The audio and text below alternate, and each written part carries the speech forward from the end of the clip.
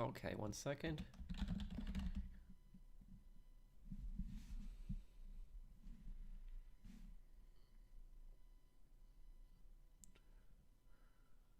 Okay, hello, how's everyone doing here?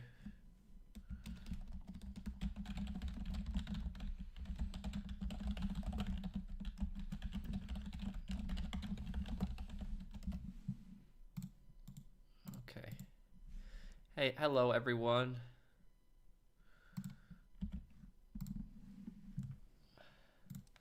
Okay, hey guys. Try to have it, I'm gonna try to have that up for next week, Pogs, the solo money guide for GTA. Can you guys tell me in the comments, can you hear me good? Does the stream look fine? Is everything okay? We already got 100%. We're just gonna clear out the gang territories. Is everything good? I'm back home, so I'm on my computer. I haven't streamed on this computer in 3 months, and so I just want to make sure everything's going good. Is everything good with my stream right now? Can everyone hear me clearly?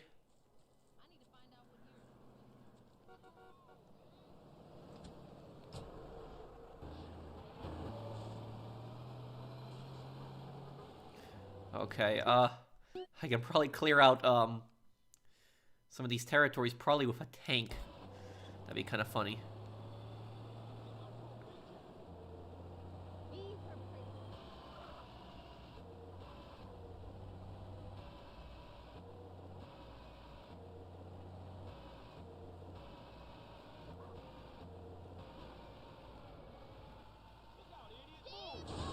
Yeah, I know, yeah, this territory, this is stupid. Like, who made a territory like this? Like, that must have been a glitch or something. By the way, can anyone here give me some advice, if I can't get gang members to spawn, like, in the territory I'm trying to take, is there, like, a trick to get them to spawn? Oh, here's some ballas.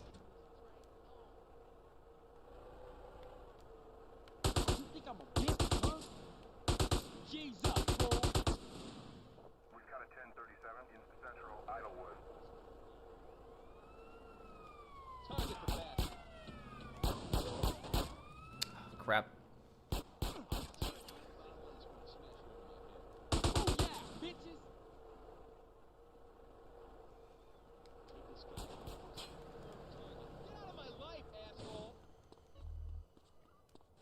I hate it when the police, interrupt this. Okay. There we go. Okay, we've provoked a gang war. Here we go now. Let's try doing this with the, tank. That should be interesting.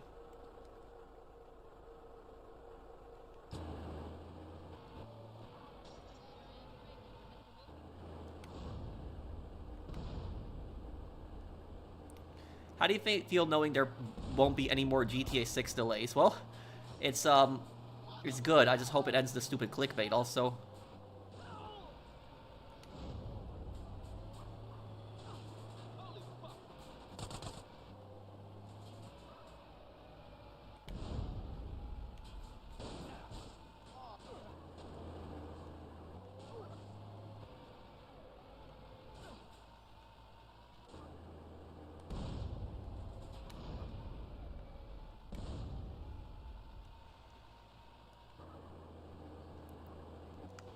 Thank you, Random Fist, for that super chat. I just hope there's no more clickbait because of this. I heard about Samson. Yeah, my friend GB, he did a video on that.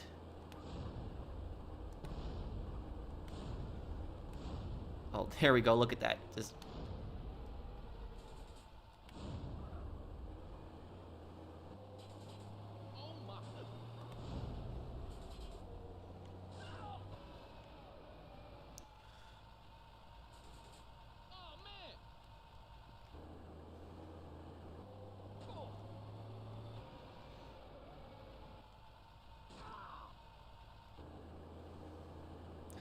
Well, this is definitely really easy.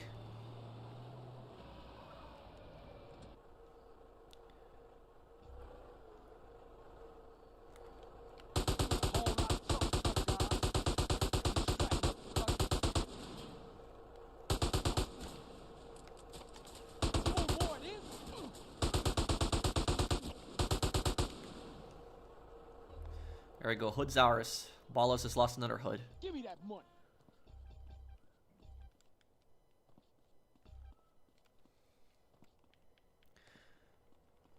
Hey, Skittle Empire, thank you for the super chat. Thanks, dude. Okay. I'm not gonna use a tank for every single hood because that'll be too easy. You ain't getting away, dummy. You trying to give me a heart attack? Nothing will stop the clickbait. Yep, you're probably right on that.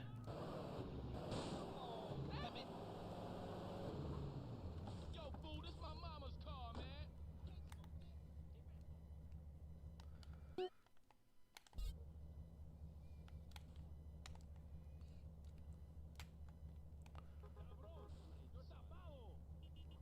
Oh my god, this guy's gotta get away. What? Oh, come on. He's gotta get in front of them now. Oh my god, stupid NPC.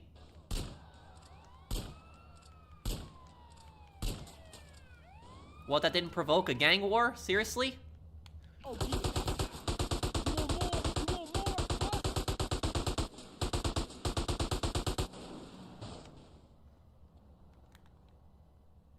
You know you fucking with.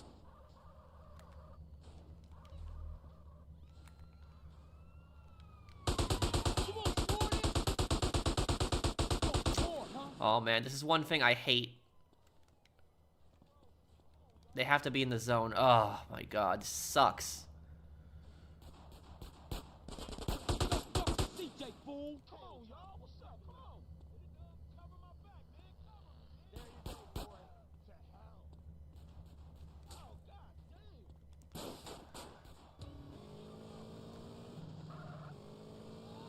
Okay, we're gonna come back to this territory.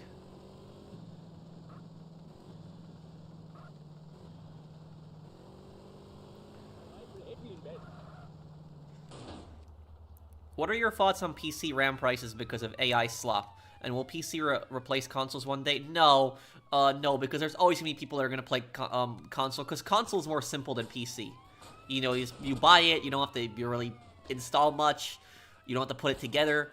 You just hook it up and you play, and you know that's why consoles always, you know, will never die. No such, yeah, never happen.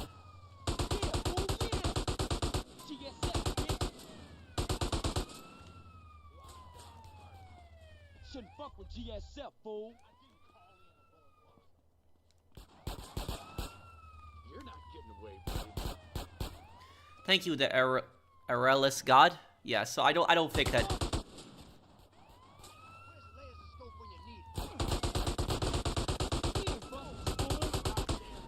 There we go. Provoked a gang war. Okay, got it.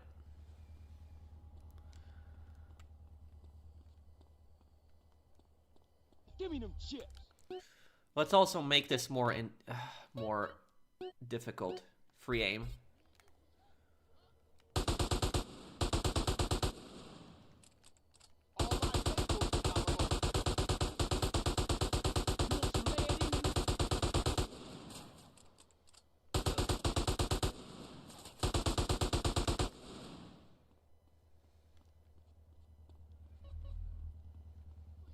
Give me that grip. I think Xbox, they're still always going to make an Xbox. Well, this San Andreas is definitive edition is a lot better now. It's not perfect, but it's, you know, it's a lot better than when it first launched.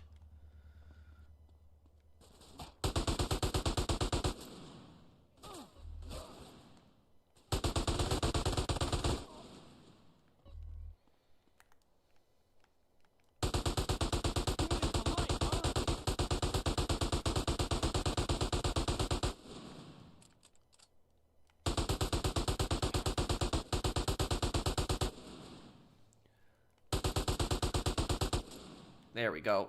Hey, I'll have that now.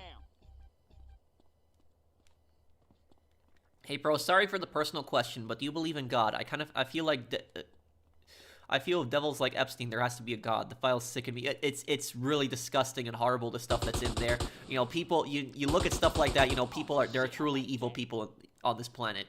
But I'll answer your question in just one moment here. Hold on. I gotta get a little farther from these guys.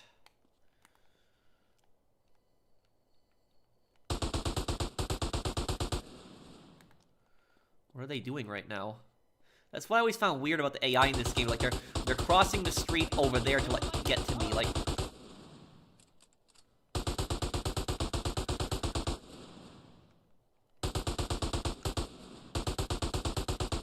do like the NPCs, by the way? Do they have more health in these gang attacks? Because I always felt like they have more health in this. Okay, now to answer the other part of your question, you asked me if I believe in God.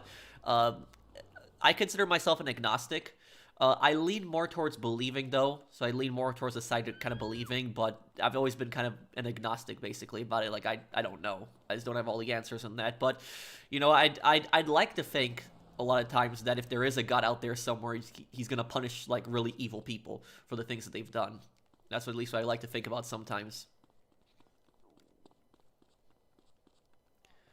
Thank you, the RLS, God, for sponsoring my channel.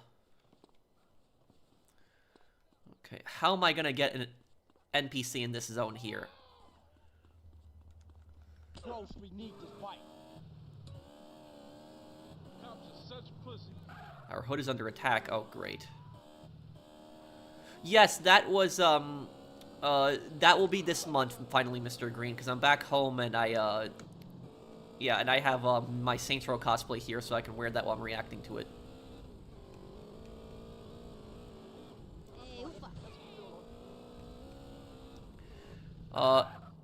It's about the streets, man. The streets. The streets have spoken through my veins, man. They gotta understand the struggles, man. The streets have spoken. Yeah. When I was a kid and I listened to Manny, I was so confused by him. But I realized, like, later on, growing up, that Rockstar purposely designed him to be annoying. Like, he was a character specifically written to be annoying. Thank you, March's Productions. Thank you, Cowboys and Angels. How do you feel about Marvel games? Wolverine is set to release this year. I haven't really played many of them.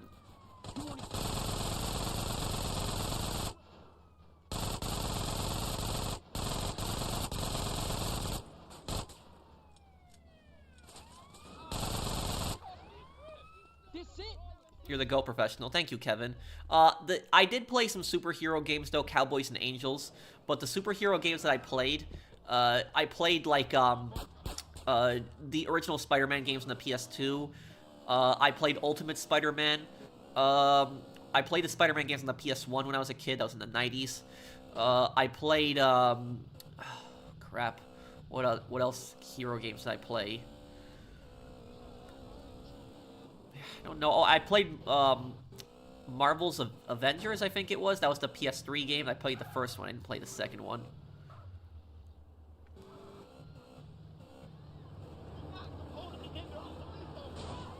Oh, great. NPCs again.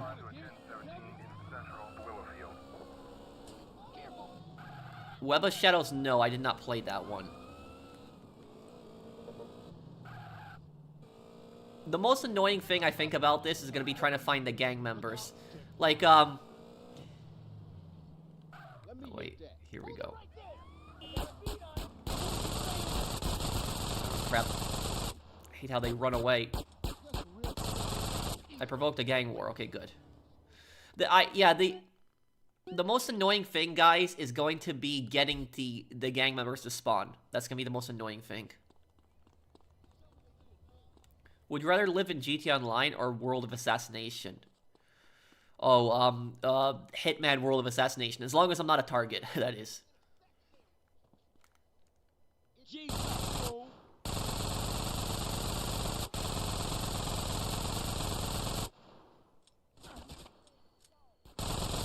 And also the thing about Hitman World of Assassination, the world becomes a better place at the end of the game, because in the final mission, Hitman either kills or incapacitates Arthur Edwards, and he takes down oh, crap. Oh, I can't shoot through the fence. Okay. Okay.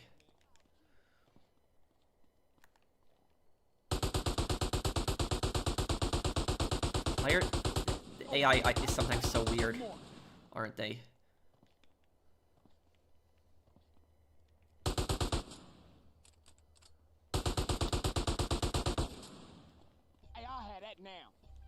Okay, wait. Okay, let me get this stuff here. What are the evil guys in Hitman? What are they called again? They start with a P, I remember. They're the Illuminati people in Hitman, like the people that do world government. What's the name of the evil group again in Hitman? I don't know how I forgot this. I'm losing my track of thought right now.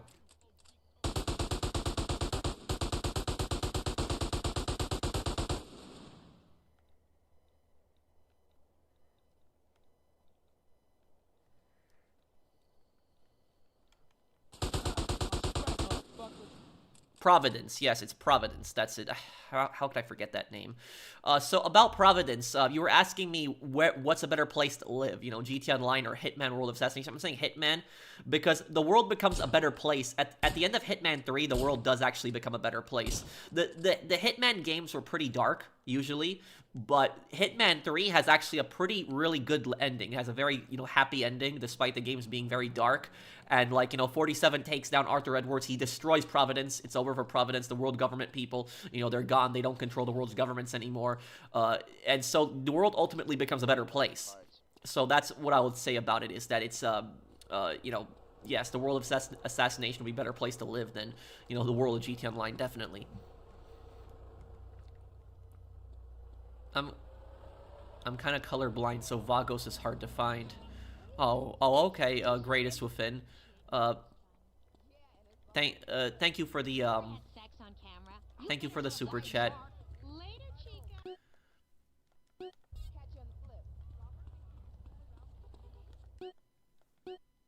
The hardest territory, yeah, the hardest territories for me are the really tiny ones.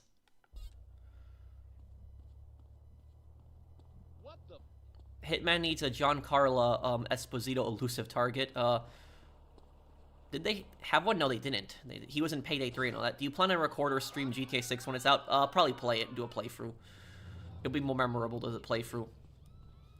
Just gonna share some dinero here. Love your videos. Makes overnight in retail fly by. Oh, okay. Oh, so you're unloading like the truck in retail. Hey, Joy. I still play Hitman Freelancer, yeah. I used to unload heavy trucks all night long, and it really sucked when I had to deal with that.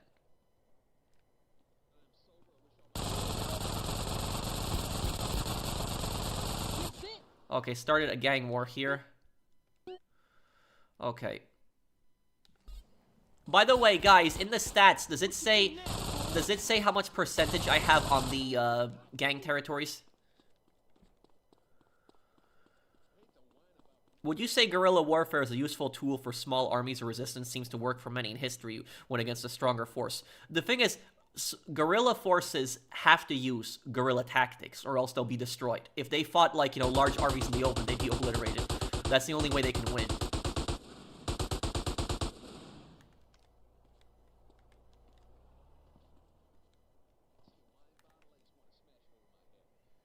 Under gangs, it's okay. Give me that money. Nice thing about free aim is I can aim like this. Just lead them in on the target. Hey, pay a nigga. Yeah, Splinter Cell is a game I do want to eventually do a playthrough of.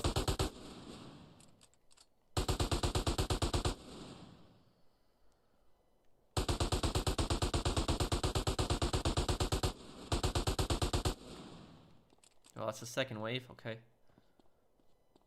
This all you giving me? What is guerrilla tactics exactly? Guerrilla tactics are basically, 1 second. I'll just answer your question in just a second here.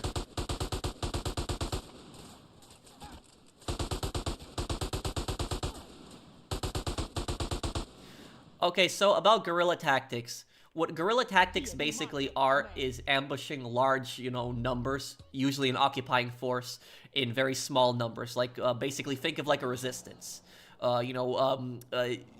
Think about like in World War II, for example, like the Polish or the French resistance, like ambushing Nazis, like in the city or something like that, like them waiting for them going through an area and then like jumping them and just ambushing them and then running away. That's basically what guerrilla warfare is.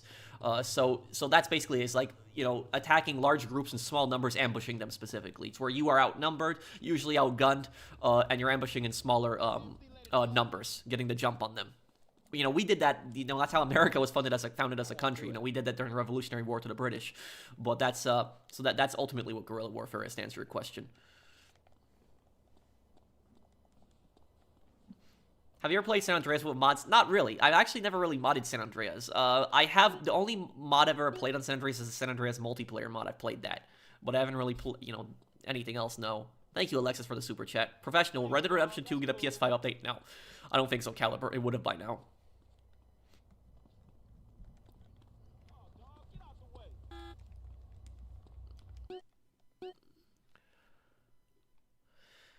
Is this a Ballas territory here? Does anybody know? Is this a Ballas territory? It looks so weird. It looks like it's just a blank territory right now, but I'm confused.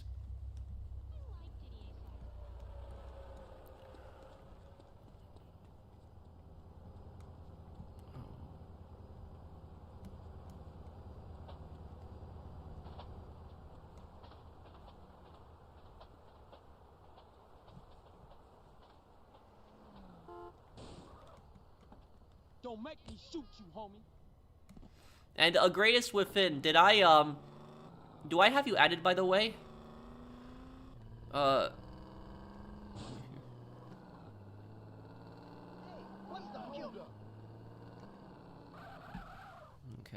This is gonna suck here. Trying to find the Ballas in this area. Trying to lure them into this area too. Oh wait, there they are. Okay, I'm just gonna have to wait until they walk into the zone and then just blast them.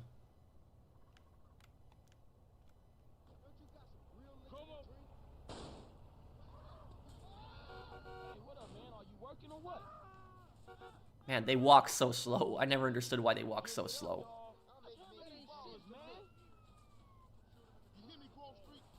You want some lead in you?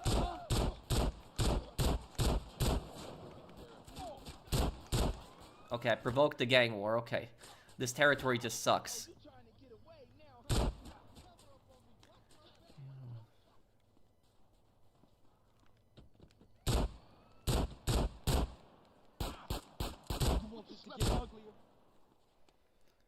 One thing I did notice that the Definitive Edition changed about the gang attacks is they got rid of that stupid thing like when they would drive around the block and just shoot you in when they did those drive-by attacks, like there would be like a separate wave where they would just drive around the block and shoot you. Like I hated that. So I'm actually happy Definitive Edition got rid of those drive-by enemies. I never actually liked that.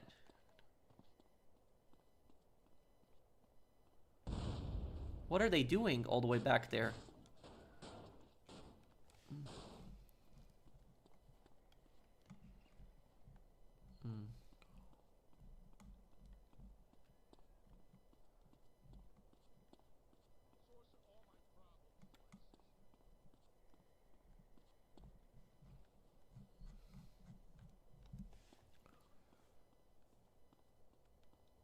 Yeah, I could, Ferris.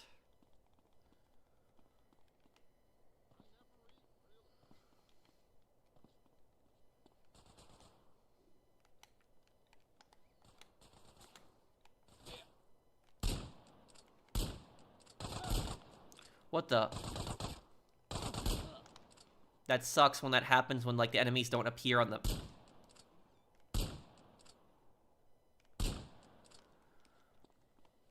Okay. That's mine.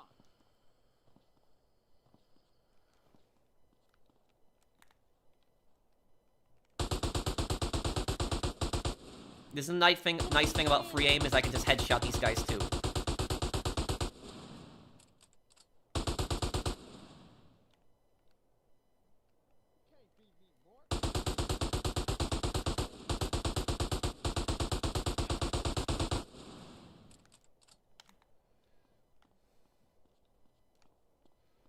Professional Red Dead Redemption 2 is such a beautiful game. Why don't they remaster it? Well, they don't really need to remaster it though, Caliber. The only thing they need is a 60 FPS update, but you know, you can't even count a Rockstar to do that.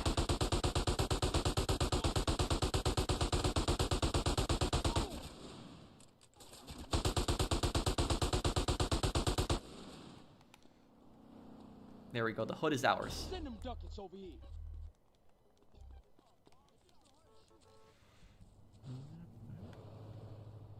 And the greatest within. If I don't have you added, I can add you. If you're here still. Have I seen or played a game called Pursuit Force at all? No, I've never heard about that. Can you tell me what the game's like? Maybe I've seen it before, but I haven't played it. Thank you, Kier Saint. Oh, this area here. Look at that tiny little gang territory there. That's gonna suck to take that. That is gonna really suck.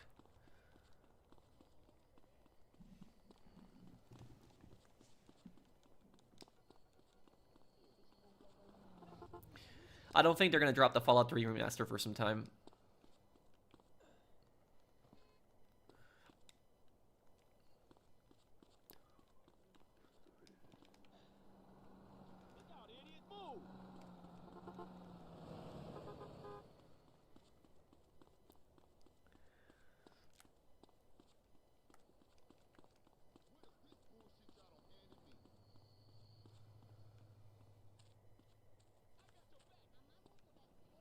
Let's go, bitch. Watch out, I'm gonna be the hero today.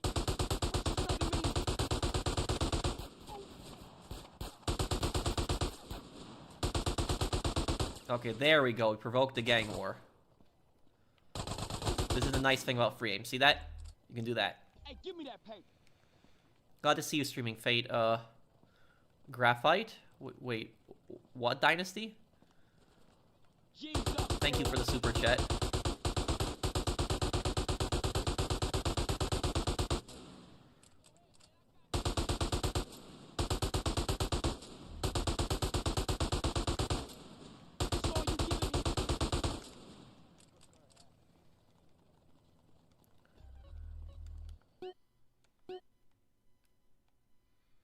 This territory here is going to be the worst one to take, that too.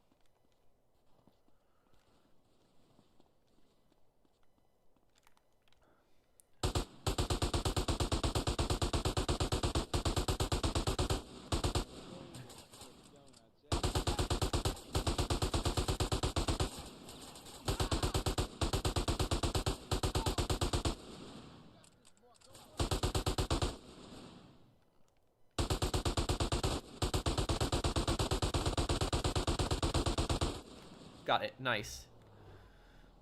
That racist customer from last week tried to come back to the Walmart during my shift and got arrested. What an idiot. Also, it's my birthday today. Oh, happy birthday, Ferris. Everyone was far there, Ferris. A happy birthday. But you said the idiot customer, the racist customer, the guy who's harassing your girlfriend. And so your manager actually enforced the ban. He actually did. I'm actually very surprised your manager enforced the ban, because I've worked in retail and I've seen so many people get banned from retail and then they come back like a couple weeks later and management never does anything. So I'm honestly surprised that they actually enforced the ban, but that's good for you. You know, you don't have to deal with that idiot anymore. But you know, those idiot customers, they can't ever stay back. They get told you're banned, don't come back here, and they still show up.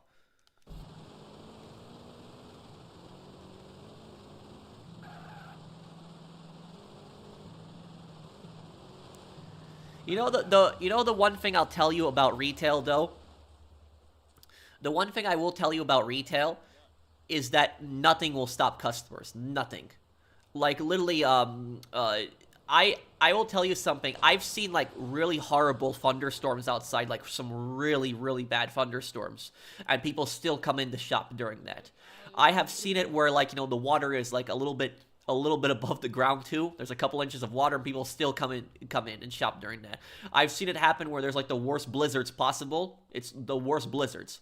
People will still come in and shop during that. Like, they still will.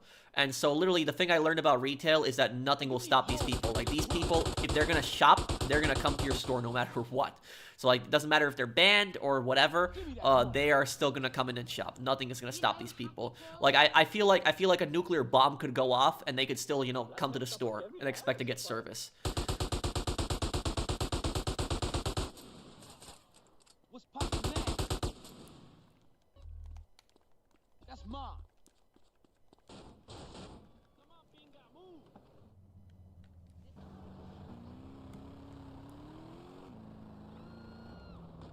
Thank you, somebody32. What are your opinions on GTA Advanced? I've seen a few people talk about it, not sure if you've ever tried it. I know it's in the 3D universe. It takes place in between GTA Liberty City Stories and GTA 3. I know that. That I do know. I know it takes place 1 year before GTA 3, but I don't know much more than that, dude. Move, you SA. You've been slipping again. We play strip football. I'm strapped, mother.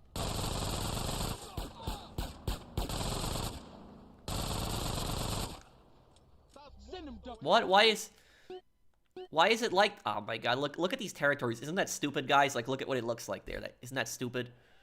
Thank you, somebody32, for the super chat.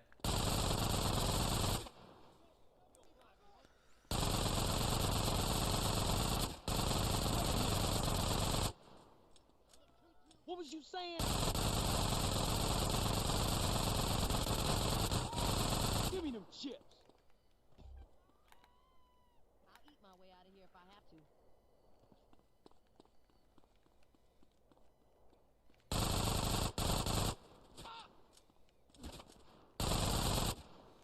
Hey, I'll have that now.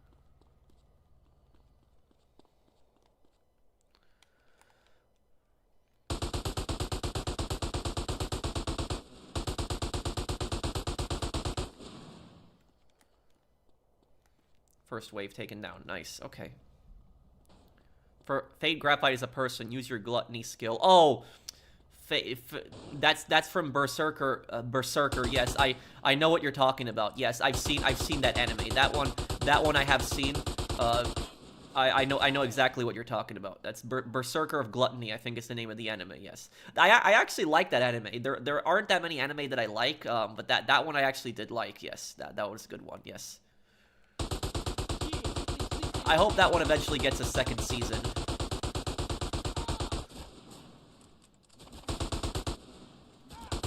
Oh, crap. Damn. That sucks.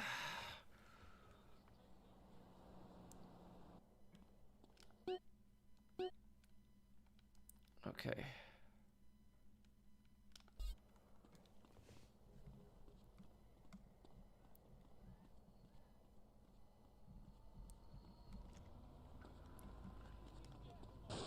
I finished Mafia the Old Country. Did you like it, Aaron? If Rockstar can handle GT Online, they can handle Red Dead Redemption 2 Online and Story Mode. And I agree with you 100%, Caliber. I agree 100% with you. The problem is that there are, hang on, let me see here. Go that one. Here's the problem, though, guys. There are morons out there that have like defended Rockstar on this and saying like, oh, Rockstar doesn't have the resources to like do Red Dead Online and GT Online and all this other stuff, and they're just sucking up to Rockstar. And I never understood this. I'm not here to criticize Rockstar in every single thing they do, but I don't understand why some people just stick their necks out for Rockstar so much. Like, I don't get that. They defend Rockstar in every single thing that they do. There's like this cult worship around the company. But about that is, I have made this argument for years. Like, I've seen this really stupid argument where people tell me, oh, Rockstar does not have the resources to do, Red Dead Online and GTA Online at the same time. They need to devote resources towards, GTA 6 and GTA Online. And here's what I will tell you about this, is if Rockstar does not have the resources to do you know, Red Dead Online and GTA Online, then hire more people. That's all you gotta do.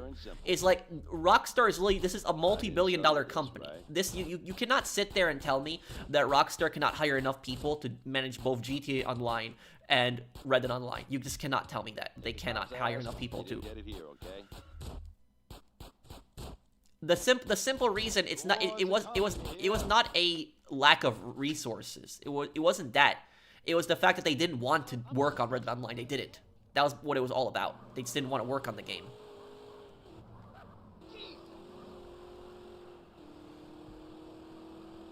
I wish Rockstar would make a Prohibition game. Yeah, but the closest we're gonna get to that is Mafia Definitive Edition. Thank you, Tay, for subscribing to the channel. What's your problem?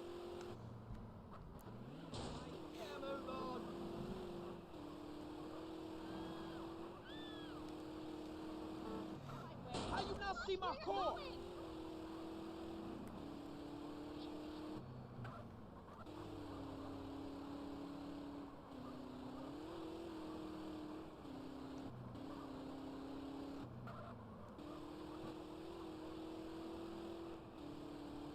I'm going to be late.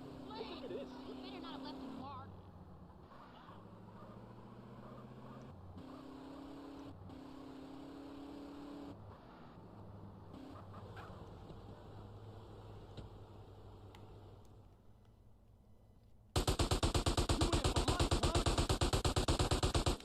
Okay, here we go. Now we're gonna take this territory from these guys now.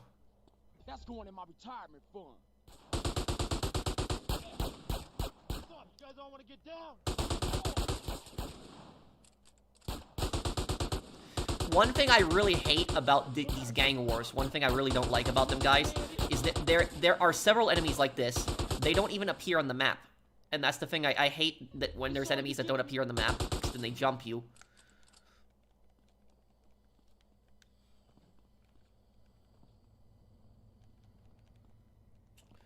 And sometimes the AI is just so weird. Like, I mean, look at what's going on. Like, they're...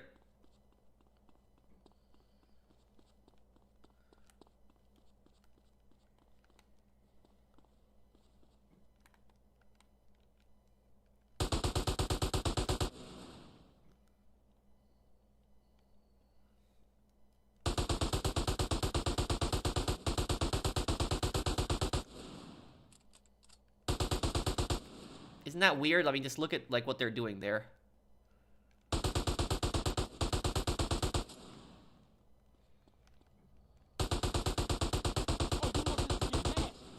Oh, come on! No. I fled the fight? I didn't flee any fight. I was going to chase the enemies. Oh, damn. This it?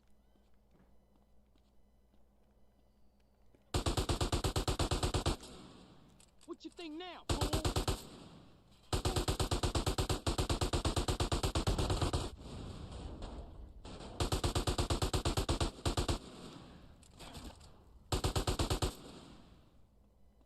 That's mine. You can buy one ammo for a gun since you have unlimited. What do you mean? Unlimited what?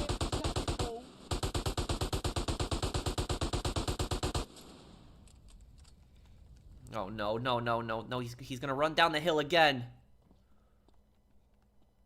Okay.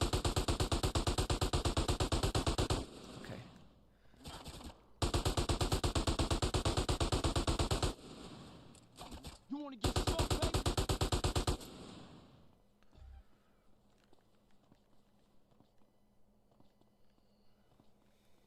AI gets weird if you aren't on the same side as sidewalk and the city blocks have to be on the same sidewalk.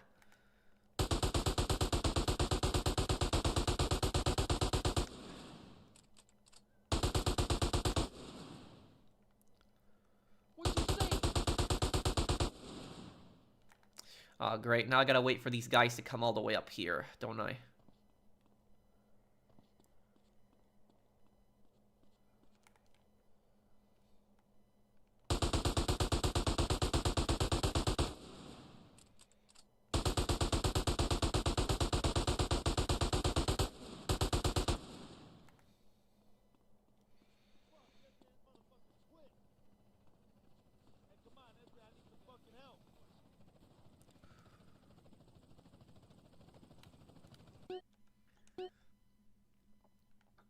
Okay, we don't got that many territories left, but it's getting a little annoying finding these guys. Hey, you need to hold. Huh?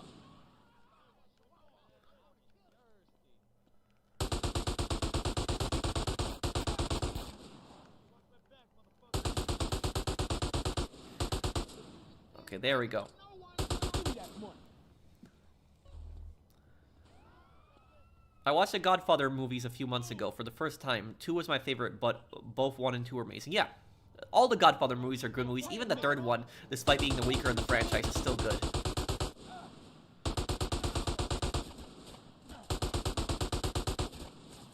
Crap.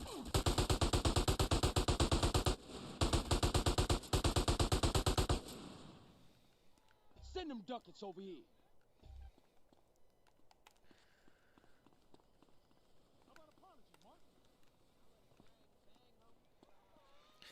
Wait, so what did you say about me having unlimited ammo? What?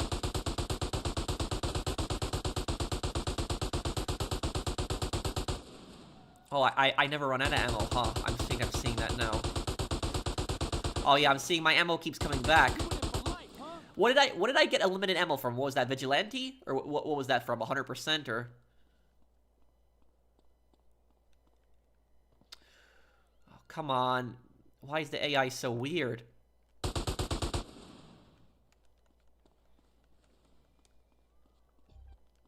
I didn't realize it that I have unlimited ammo until now. Yeah, I just realized it. I guess that's one of the perks of getting 100%.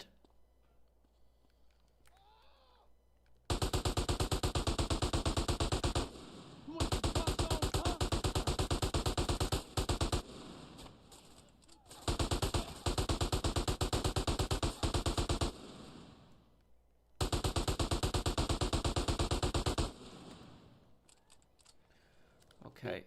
Hood's mine. Oh god, look at this. See that? Look, it's like a tiny sliver right there. Oh, that's gonna suck taking that. Oh yeah, this is gonna suck. Okay.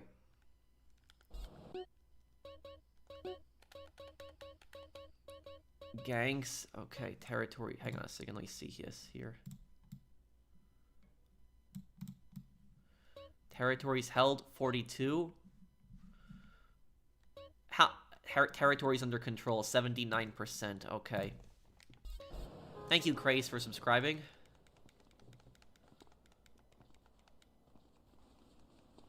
The AI were not like this in the original. No, they were like this. This game still has the same AI as San Andreas, by the way. It does. It's just they basically took San Andreas and they just basically kind of gave it like that mobile engine. That's basically what they did. But it's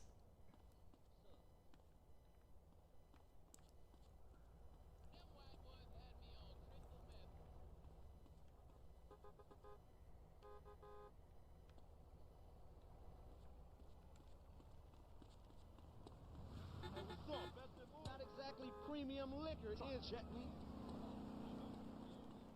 Whose weed is this anyway?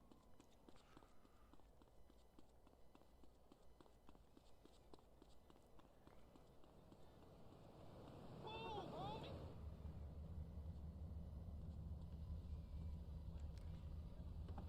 What do you want, man?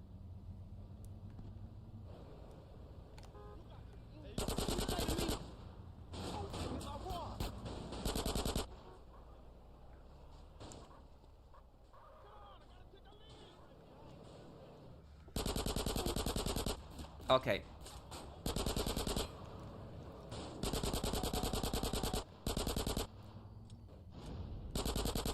Hey, you want this? Give me them chips. Goddamn piss swimmer.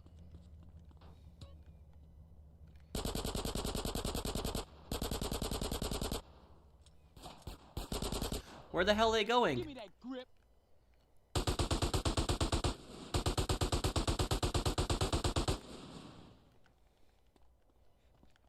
So weird, right?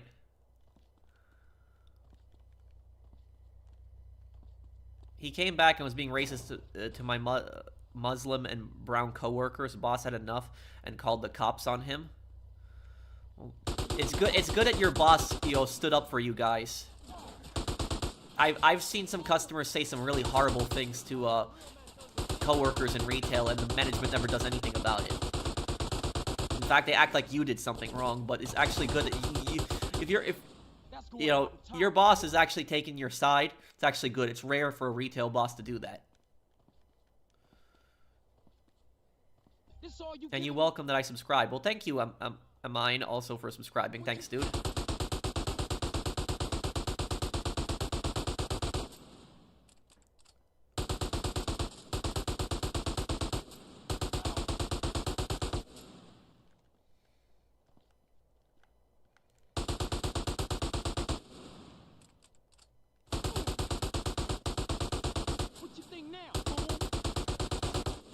Hood's ours. Okay, nice.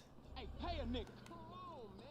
Did you know that Leslie Benzies was in the Epstein files? Yes. Yes, I did hear about that. That's really creepy. Did I watch Hell's Kitchen? Yes, I watched a little bit of it, but I never got into it. The shows that I did get into are Kitchen Nightmares. Kitchen Nightmares, I did get into that one. But Hell's Kitchen, I never really could get into it. Because Hell's Kitchen was like a competition.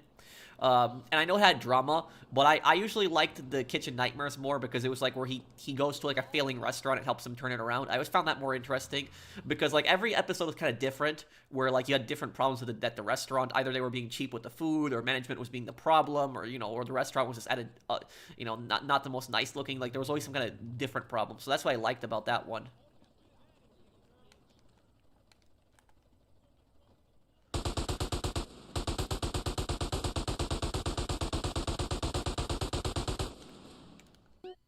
Wow, that's a giant territory right there. That's giant. Okay. That's a giant territory. Oh, you want this to get nasty? Vagos aren't the smartest people on the planet. Slowly charging a guy with an M4 like that.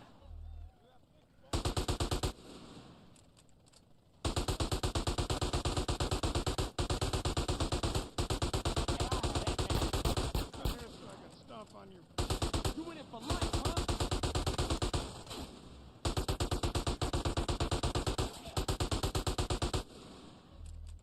That's mine.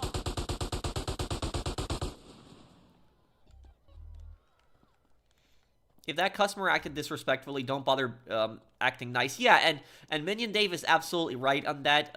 Ferris is that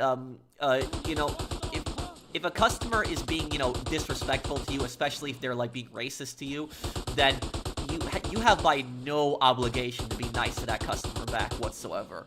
And if your management complains, why are you saying these mean things to a customer and stuff like that? Well, you just say to management, they were saying racist things to me, and you did nothing to stand up for me. I'm not going to sit, I'm getting paid a little bit above minimum wage. I'm not sitting here and, getting insulted by a customer like this.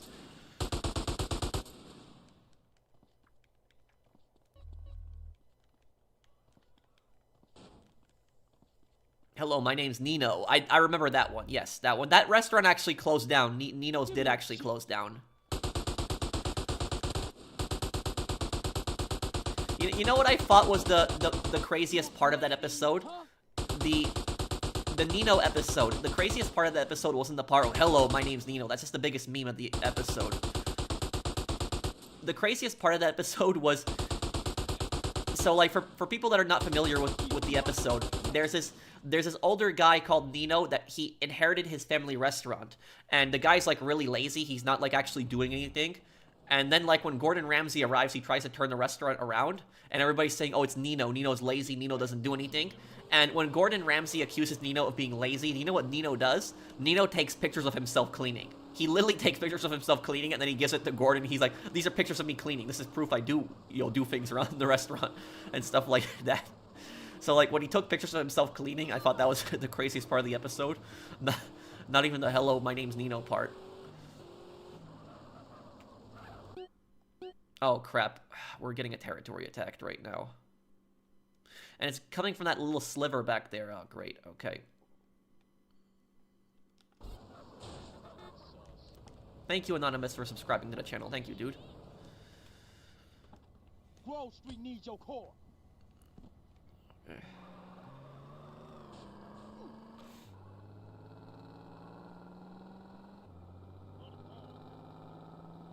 up, dude.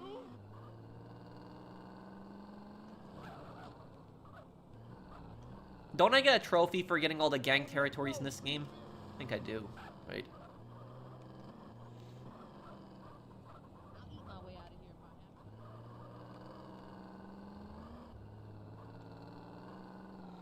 to. Hey, get out the deal. Oh, thank you, Appalachian Autist. Idea, a game with a difficulty between standard and permadeath, where you get a secure save every time you level up, and dying deletes all the saves back to the last secure save. Yeah, guess it'd be a lot less stressful than, like, one life, one chance.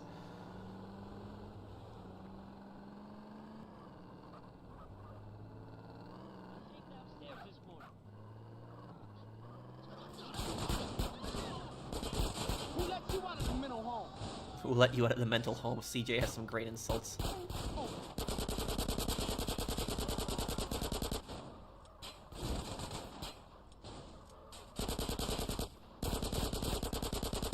Hey, I'll have Okay. it now. Okay, now about this,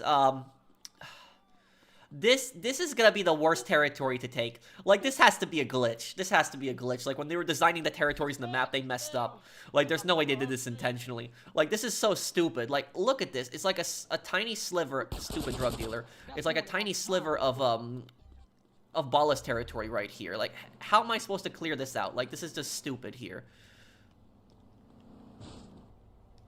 I'm gonna have to wait till they pull up in cars and shoot them. That's gonna be the only way I gotta... Hey.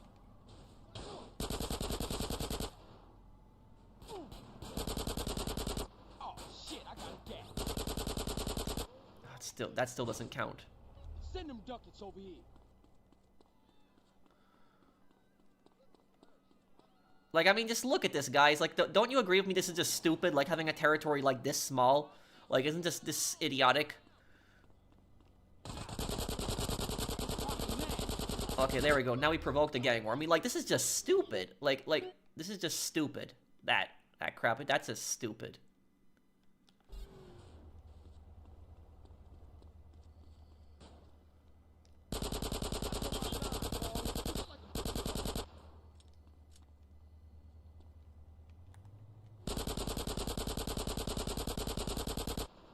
Grove Street, man. You in it for life, huh?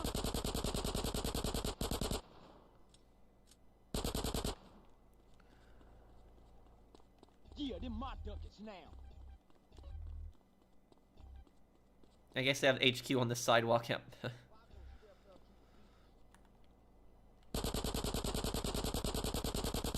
Hey, you need a hole put in you, huh?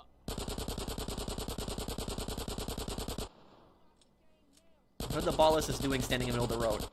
It's nice I don't understand the AI in this game.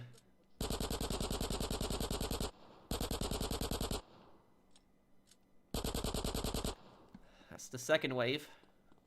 This all you giving me?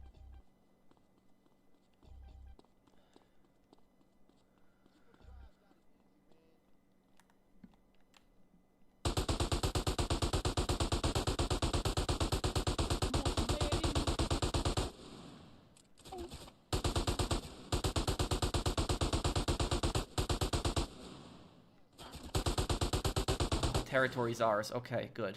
Do half of this shit. Move. Man, that was just stupid. That was a stupid territory.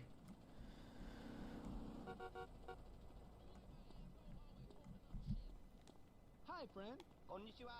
And here's the thing is, Appalachian Autist, here's what I'll tell you.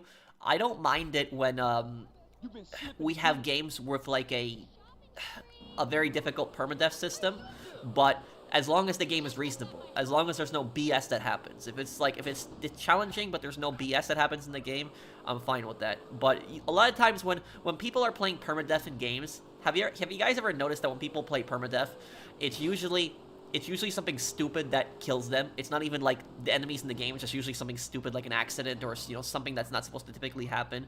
Usually something idiotic that kills the players.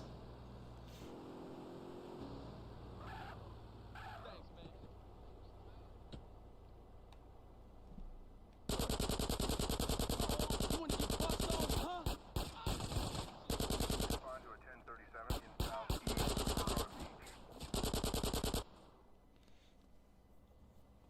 Thoughts on achievements, or you mean trophies also? I don't mind going for them as long as they're reasonable. If it's like something like really annoying, I don't bother. I gotta get CJ some food. Oh shit, I got a gap.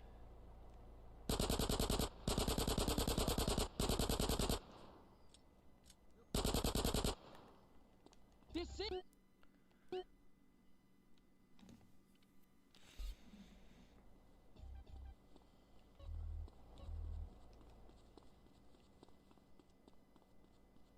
Give me that money. You wanna get smoked, baby?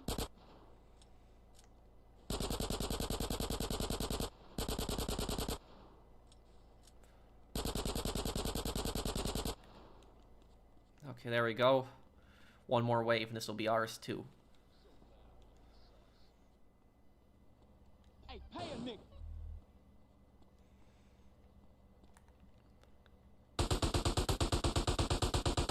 What was you saying?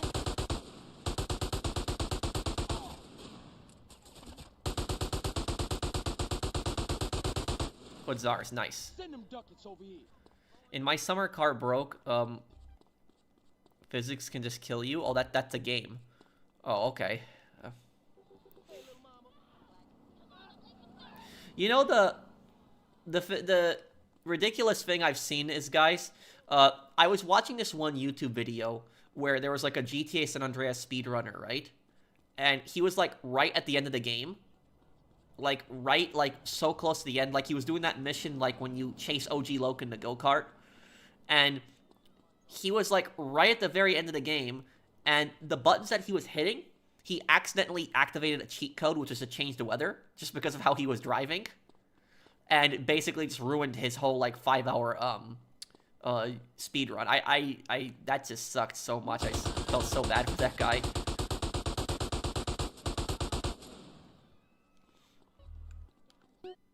How big is this territory? Oh, it's only a block like this. Okay.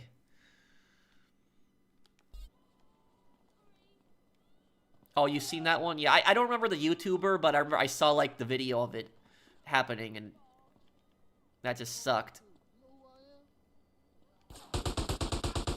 Oh, you want this to get next? Hey, give me that paper.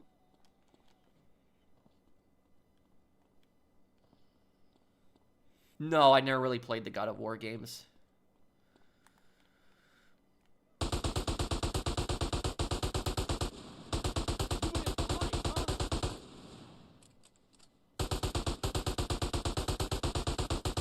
Speaking of which, there's a gangster game that I want to play this year that kind of reminds me of San Andreas, but it's not you know, an open world game. It's called 25 to Life. Does anybody know that game? It's a gangster game. But I do want to play that game one day. I played it when I was a kid.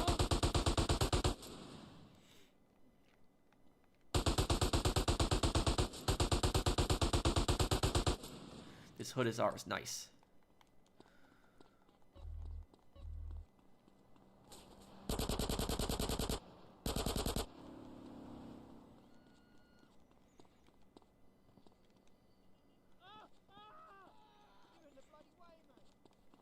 Vice City Stories on mobile is not coming out, unfortunately, though, Humberto. It's not going to happen, dude.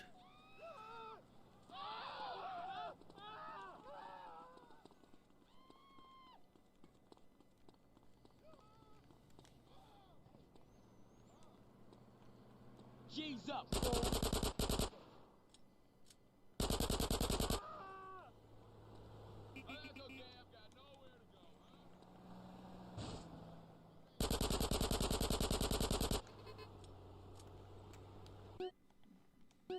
Oh, another territory here. Okay.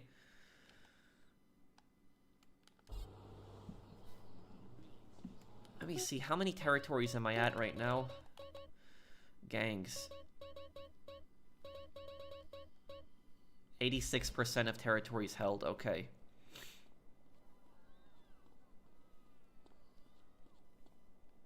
You need a whole friend, run.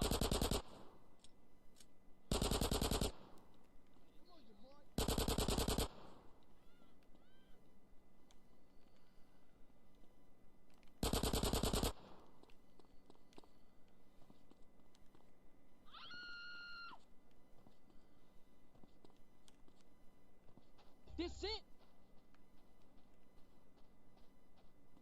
I gotta retake the gray ones too? Okay. What's poppin' now?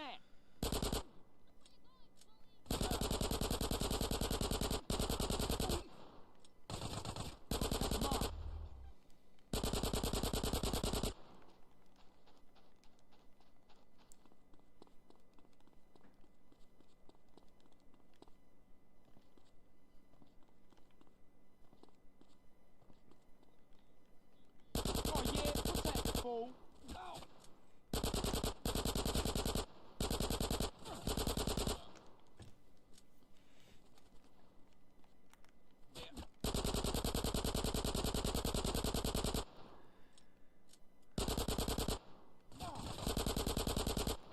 There we go. Okay, territory taken.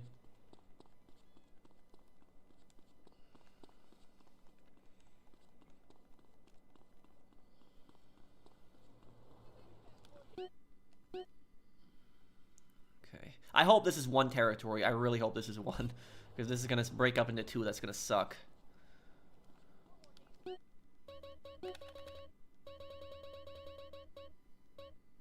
%88 now on the territories. Okay.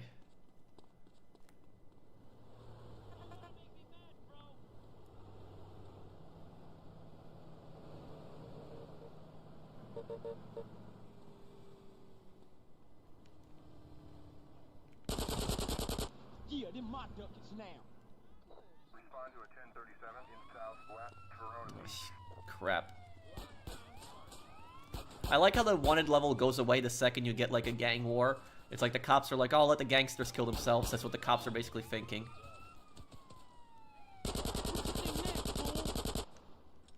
Okay, it is one territory over here. Thank you, Kier Saint. This ain't no movie and this ain't no kid's toy. That's Vic Vance, he says that. Vic Vance also says, this is a shortcut to hell. I think that's my favorite line that Vic Vance says. This is a shortcut to hell.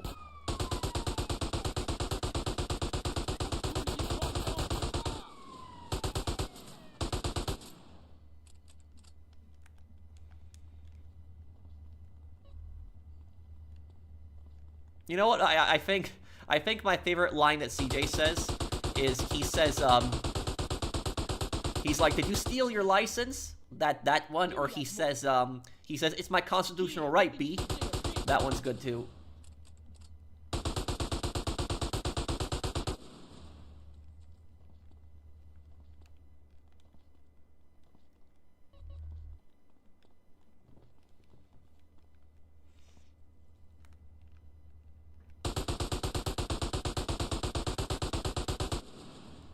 You want some lead?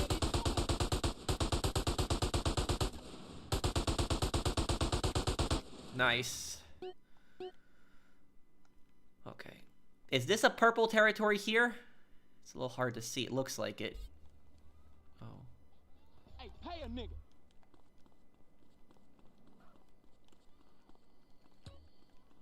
I gotta get CJ some food after this. He's starting to lose all his muscle.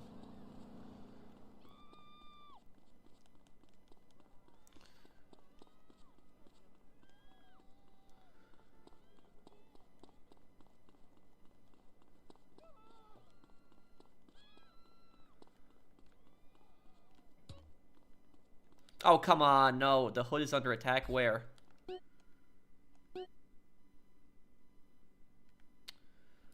Okay, okay, I'll come back. Niggas going crazy.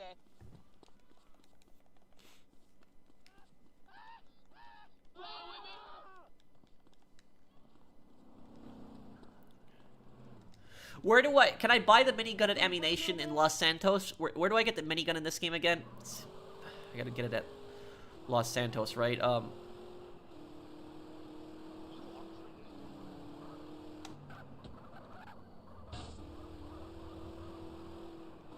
It's weird that the icon for the MP5 on this game looks like a short-barreled HK-33.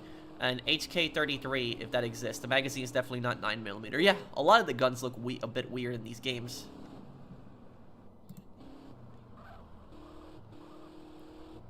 Torino's Ranch, that's the only place? Okay.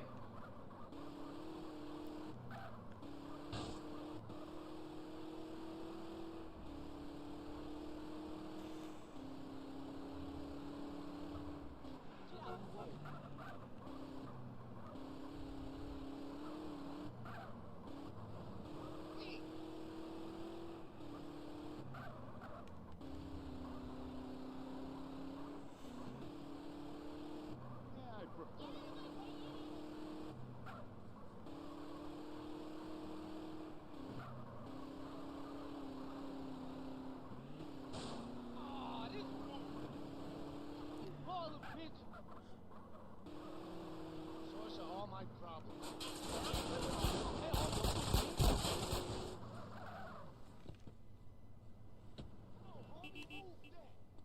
Oh yeah, that's right. Let's get some more.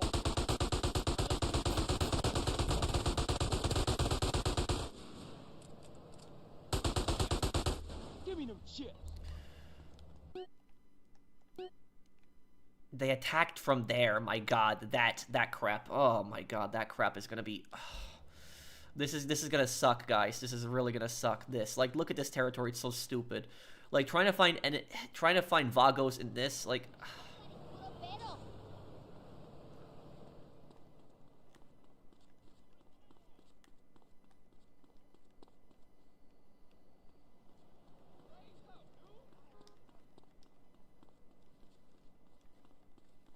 Will you ever see a new Red Dead Redemption 2 playthrough? Yes, Siegebreaker. I want to do one before GTA 6 comes out.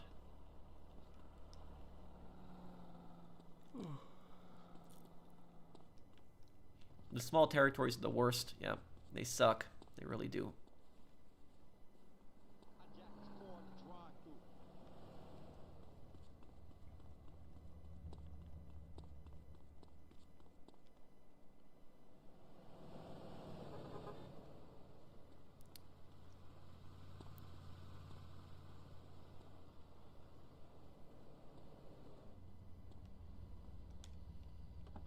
Don't make me shoot you, homie.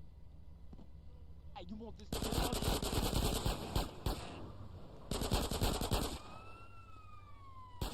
I have to just kill one more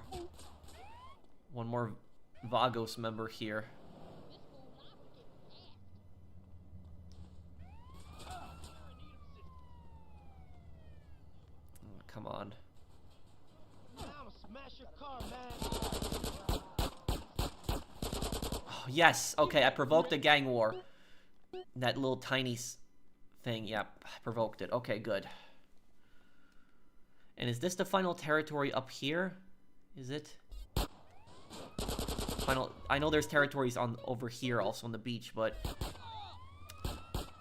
crap.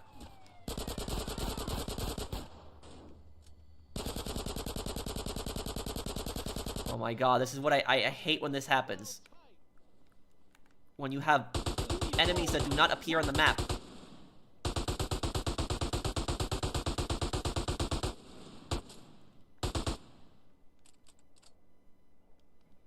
Hey, I'll have that now.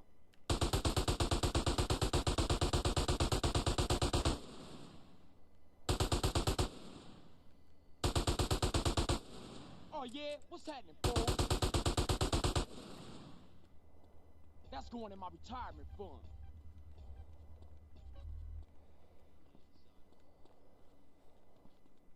Thank you, Do. I do eventually want to come back and get 100% in the original version too. But Definitive Edition is just so much better. Like this is way better than what it launched with.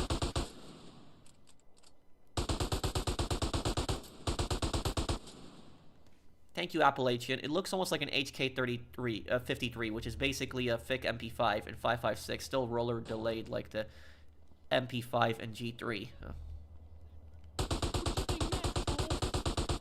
You know, one gun that I'm disappointed we never saw? We never saw the Kruger in, remember the Kruger in Vice City? We never saw that assault rifle ever again.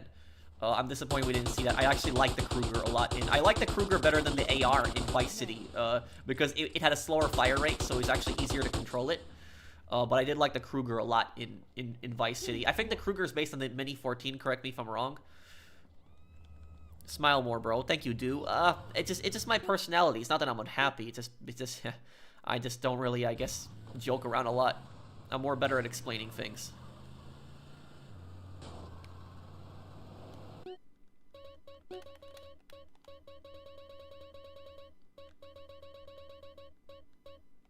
%92 on territories taken, okay?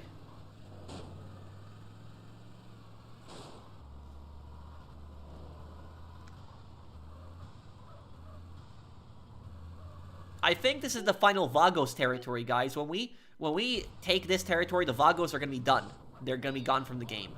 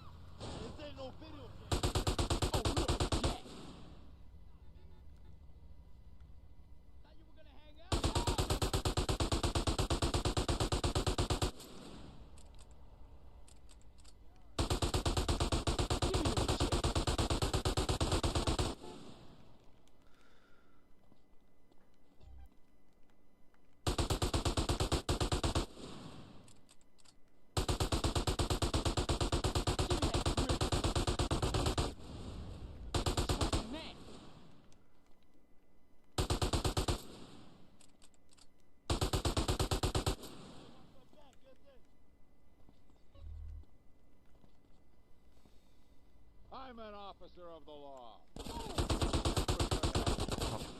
Oh, crap. Okay, that was close there. I almost died.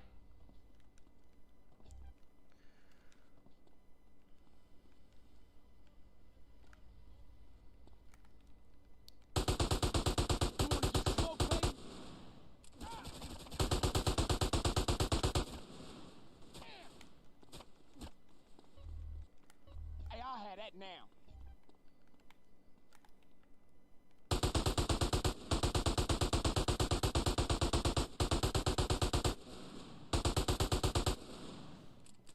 I find it so weird how CJ reloads the M4. He just basically grabs it by the bolt and charges the bolt.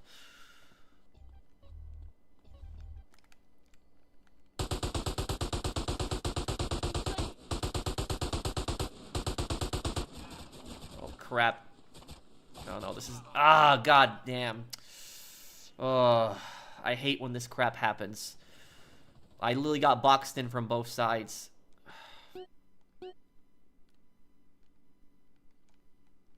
Yeah, I got boxed in from both sides there. That sucked. Okay. I also think the Mini 14 was a reference to the Miami Dade shootout, which happened in 1986. Also, the M4 in Vice City, San Andreas, and M4 that came in 1994. Oh, okay. Thank you, Appalachian.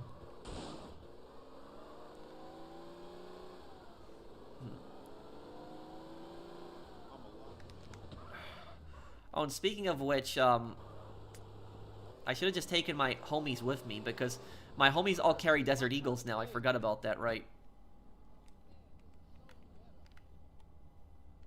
You gonna represent the set now, homie? Cool, what's up? Hey, stay Yo, real feel tight. like red. Hey, baby.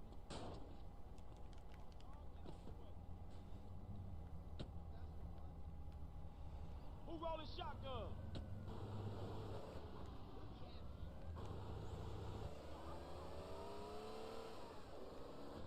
Well, you don't need the gang territories to get 100%, but to get the trophy you do. But yeah, I get your point, though.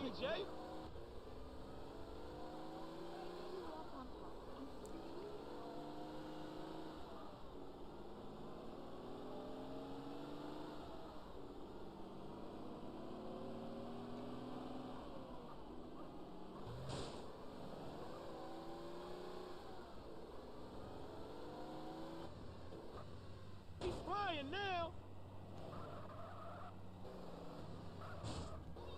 Jumping the hose back.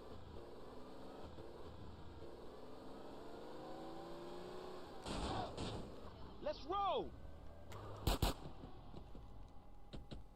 Roll. Oh yeah, what's happening, fool? That's mine. Oh, and the homie's also on the map. That's a new feature. I didn't realize that's in the San Andreas Come on, man, Definitive keep up. Edition.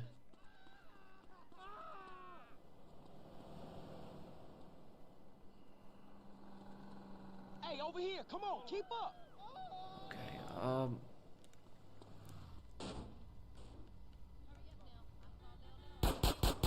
yeah. Poppin' now. Yeah, them my ducats now.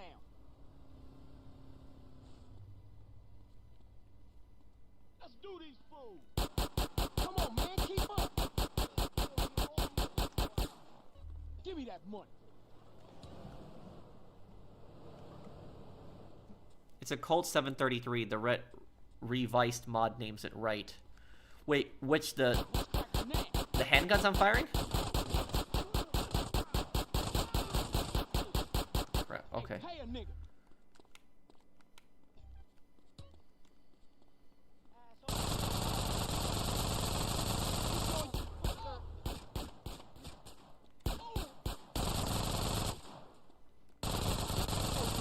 Right, I'm just some more.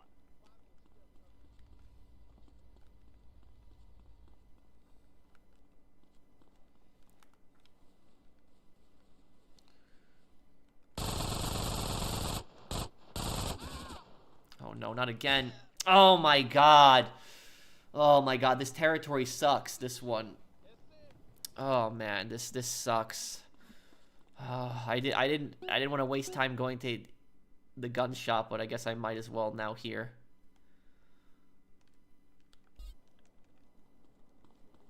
shit, pighead. I might actually just go to... Might just go to CJ's house, actually.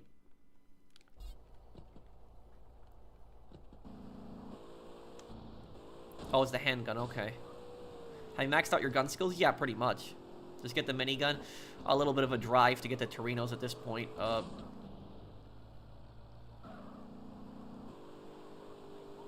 I'd honestly prefer the gang territory over the pigeons, because at least I know where I have to go.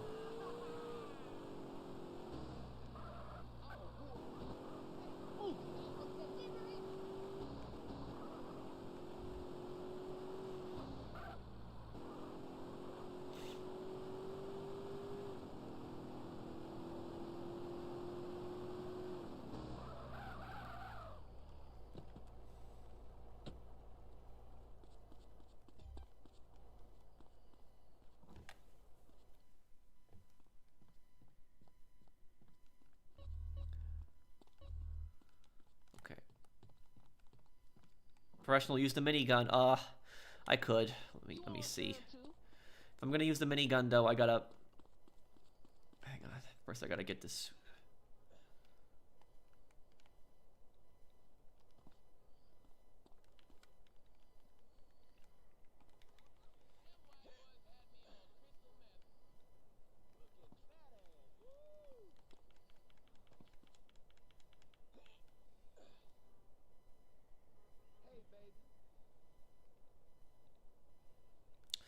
Oh, man. Hang on. How do I...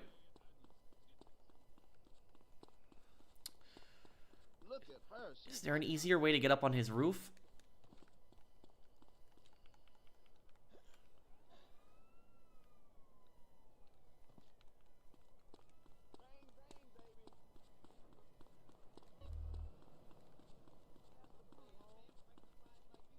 Use a tank to take over territories. I can do that, too.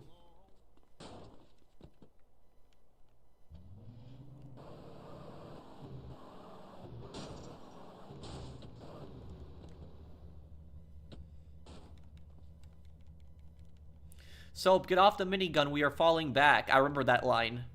Yeah, that was a meme that people made fun of. Get off the minigun! We're falling back.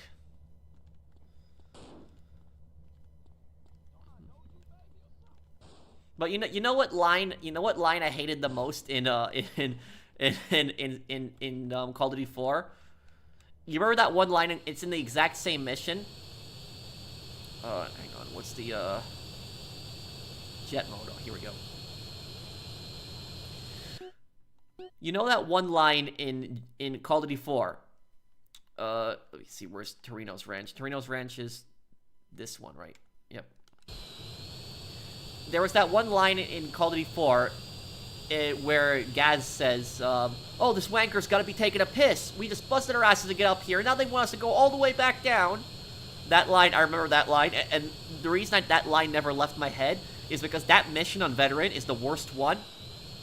Does anyone remember the mission name? It's that mission in Call of Duty 4 where you're waiting for the ultra-nationalists to come up the hill, and then you blow them all up, you fall back to the barn, and then you gotta get all the way back down to the helicopter. Because when you have to go all the way back down the hill on Veteran, that's the worst one. That's the worst part of the mission, is like going all the way down the hill in Veteran. That just sucked so much. And then Gaz says that stupid line over and over again. Oh yeah, it's heat, Tar, yep. Heat. This wanker's gotta be taking a piss. They wanted us to go get all the way up here. Now we gotta get all the way back down.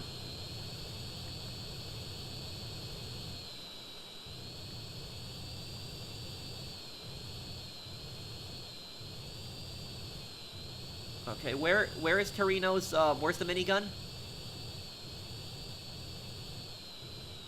Oh, I'm assuming, I think I see it. It's inside Torino's house.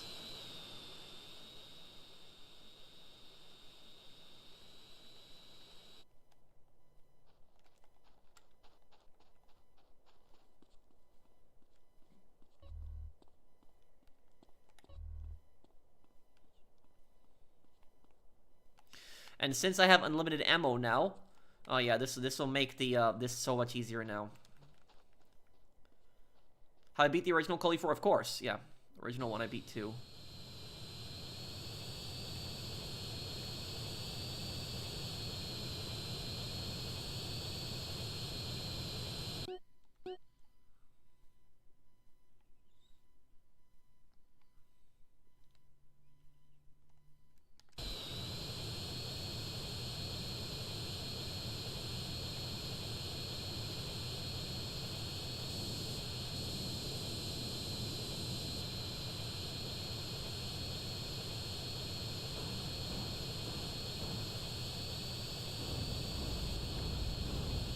No, I did one gang attack with the tank. I want to do the rest on foot here.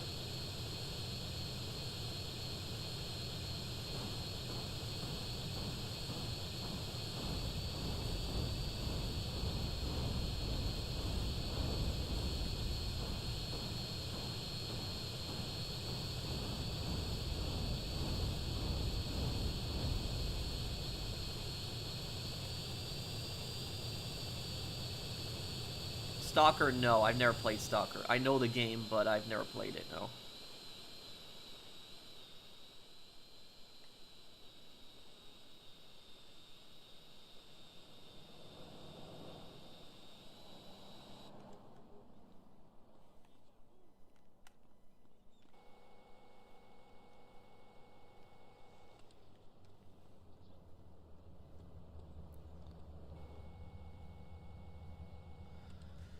The Definitive Edition still has a lot of issues. If you do another playthrough of any GTA, hit me up. I'll send you a Fateful mod pack that makes the PC port have the best elements of all platforms. Okay, thank you, NK gentlemen. Yeah, I'll definitely keep that in mind. I appreciate that.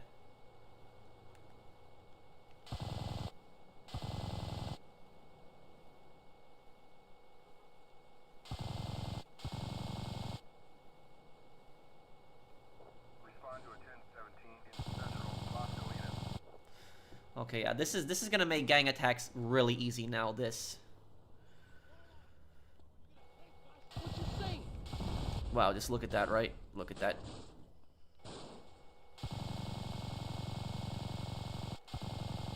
Wow, that just. Ramirez, yes, and Modern Warfare 2.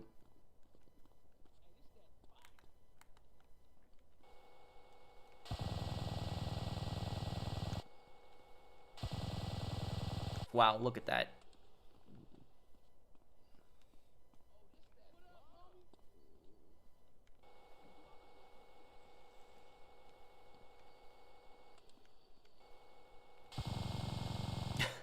Wow, that's...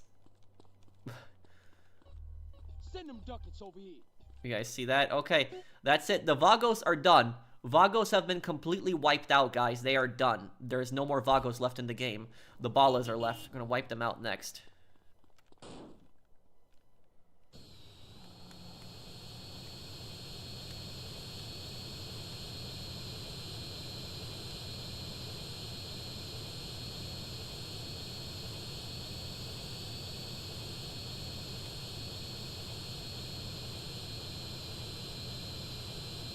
I don't think there's gonna be a definitive edition version of GTA, the stories games. No, I don't think so.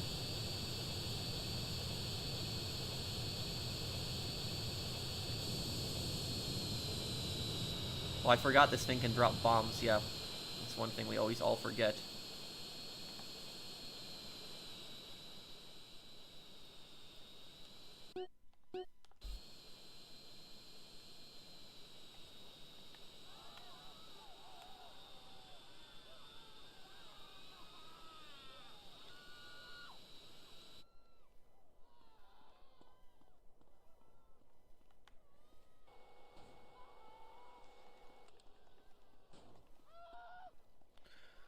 Okay, I'm looking for some Ballas. Man, you...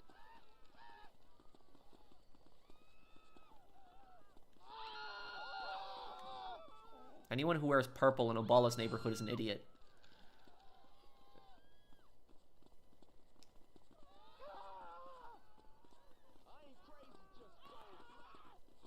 From years, buy me a copy of GTA 6. That's good.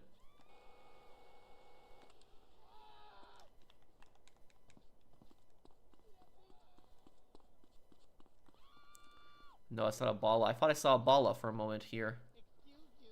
You want to be in my movie?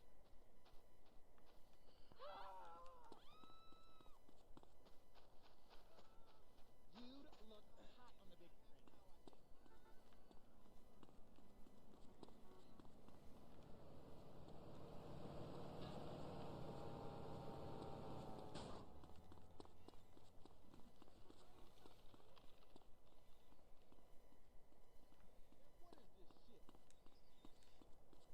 Everybody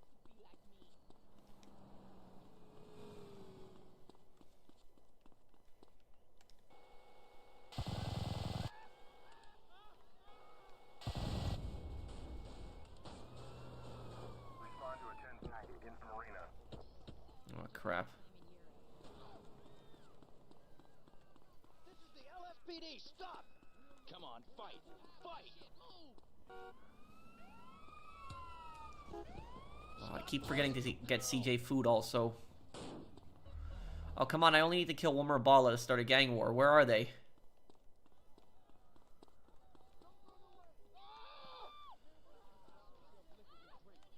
Is that a Balla right there? Looks like it. Damn, I think the cooldown's gone now.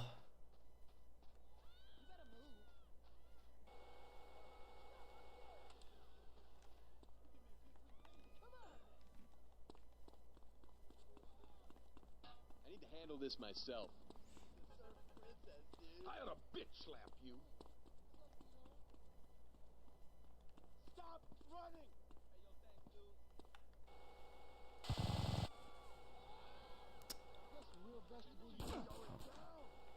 Oh yeah, what's happening, fool? What the hell? I've killed a bunch of the Ballas already, and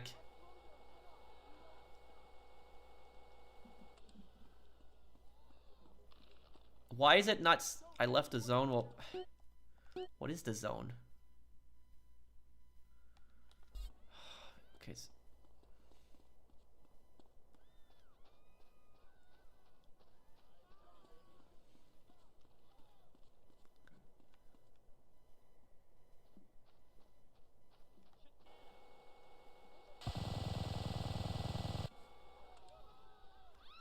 Okay. Here we go.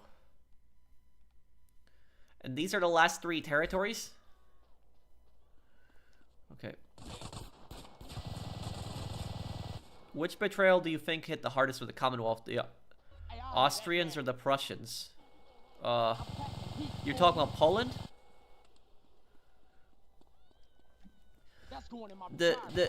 The thing, both Austria and Prussia betrayed Poland, but I would say that the one that probably has to hurt the most is Austria, because about that, Poland had a military alliance with Prussia at the time, and Poland knew that Prussia was a pretty aggressive country, so it's not surprising that they backstabbed Poland. They were a very militaristic country. The most shocking one was from Austria backstabbing Poland, because Poland had saved Austria from the Ottomans in 1683. When the Ottomans were trying to conquer Austria, Poland actually came there and broke the siege of Vienna in 1683. And so the Austrians basically backstabbing Poland and helping to partition it in 1795, along with Russia and Prussia, you know, probably hurts the most.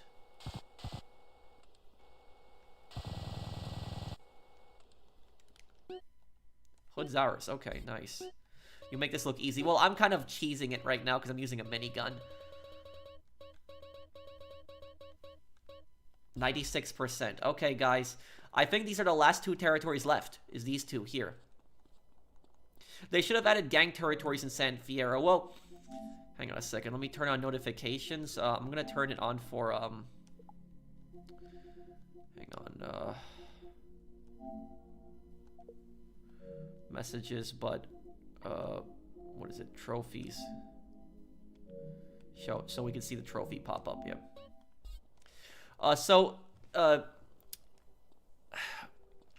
About San Fierro. Here's the thing: is San Fierro does have gang territories. It does. They just don't appear in the map. And so there are territories where, you know, the Nang boys are, where the Triads are, stuff like that.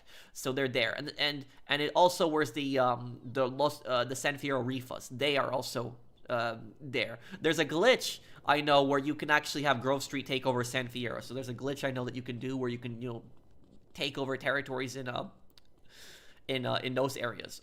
But I don't know how to do the glitch.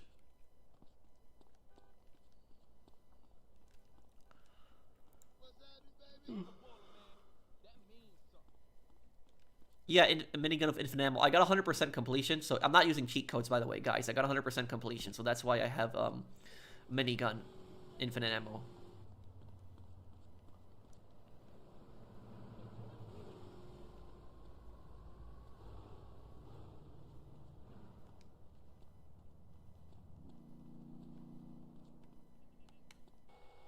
You wanna get bust on, huh?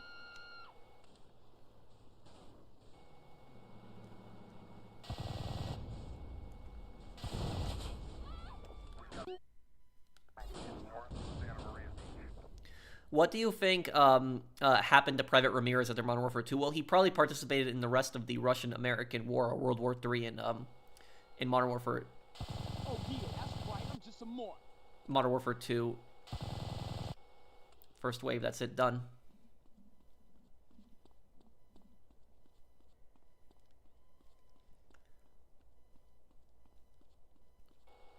I mean, look at what minigun does. This is just like a joke right now.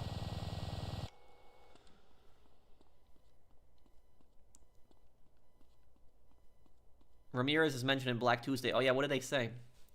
Well, put this one over here too. This will be kind of cool too. We finish up this territory. This is gonna be ours here.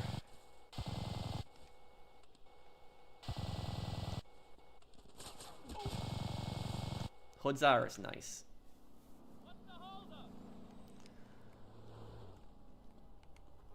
Okay. What's your question, Michael? Final territory. This is the final gang territory. Let's take it.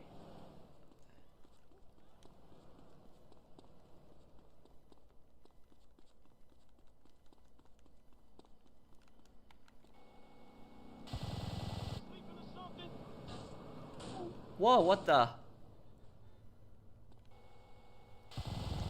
Provoke the gang war, nice. Final territory, guys, let's do it. This is gonna be 100% control. The last of the Ballas are gonna be gone now.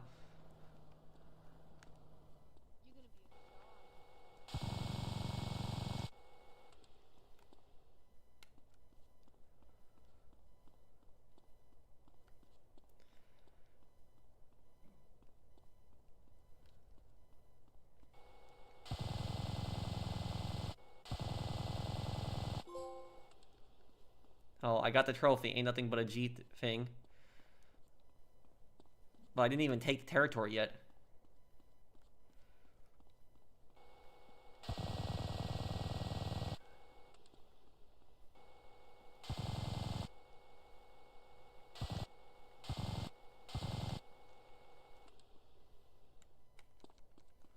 One more Balla left. This is the final Balla left in all of San Andreas, is this guy.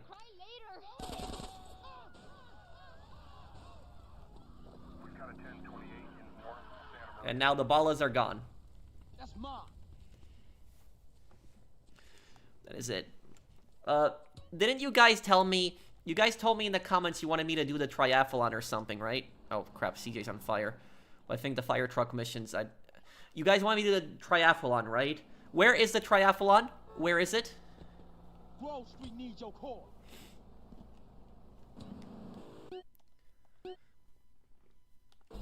Hey, Pro, have you watched Generation Kill? It's an HBO series about a recon marine unit during OIF in 2003. It's a really good shown book. No, I haven't watched that one.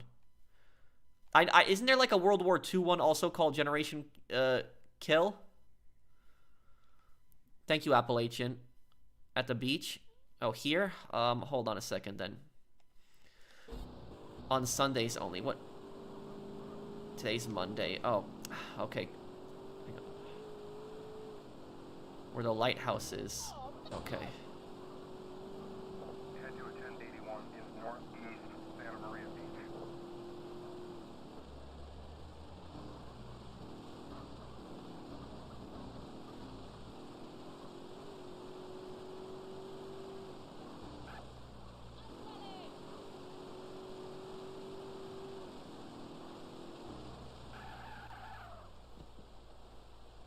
Are you gonna post this on YouTube to watch them here late? Yeah, all my live streams always get posted afterwards, so you can watch it, dude. Am I gonna grind to 1 billion in GTA 6? Yes, I'll go for it. I'm proud to welcome you to Burger Shot.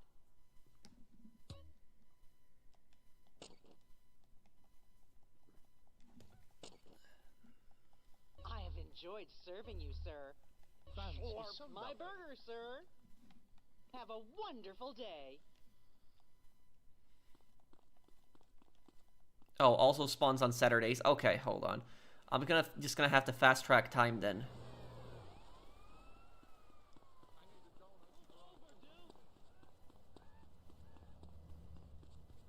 The quarry missions sucked. Yeah, I finished those. Those sucked. And let me look at my trophies here. What do I need to get platinum in this game? I still have 10 trophies I haven't gotten. Buy 8 meals from Cluckin Bell throughout the game. That's easy. Score at least 30 points in the maximum basketball minigame. Reach maximum weight. Max all weapon skills. Go on at least one date with your potential girlfriend. Put all your money or the maximum bet on red and black and win. Reach 6 wanted stars. Achieve maximum sex appeal. Start a new game after getting 100%. Okay.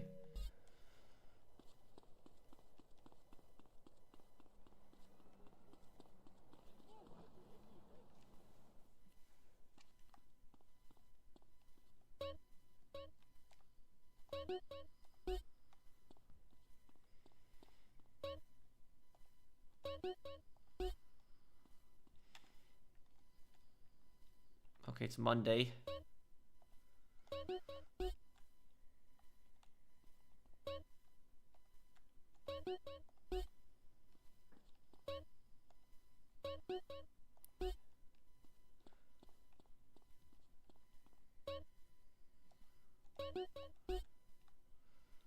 Tuesday, okay.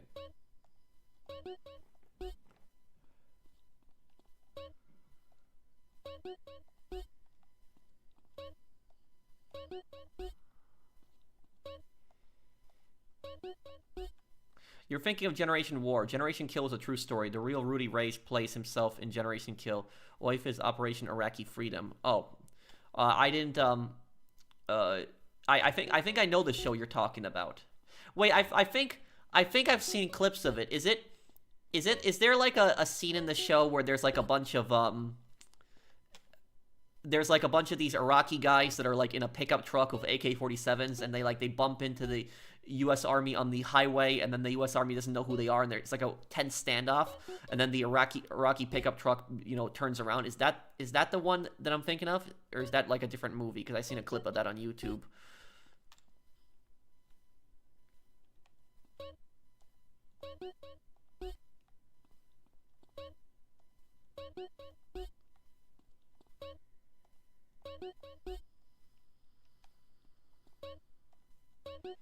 You have the best content. Thank you, Phoenix.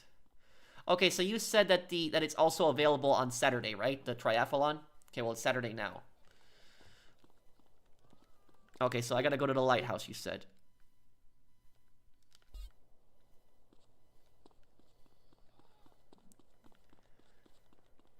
Can you see Zom's? What's your Pat? Do you think we'll get moments in GTA 6 that could feel as intense as Max Payne 3?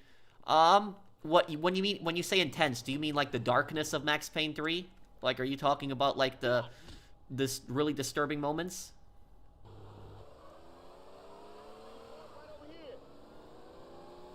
Just a heads up, I'm hearing a beep in your streams. I know. I've had that for years with this computer. I've never figured out what the problem is exactly. This is a really good gaming PC, so I don't know like what that small little beep in the background. It doesn't appear in videos though. In videos it really doesn't appear because I have a noise cancellation feature on there. But in streams it's a little bit easier to notice. But I don't know why that little beep happens. I've been trying to figure out for years why it happens.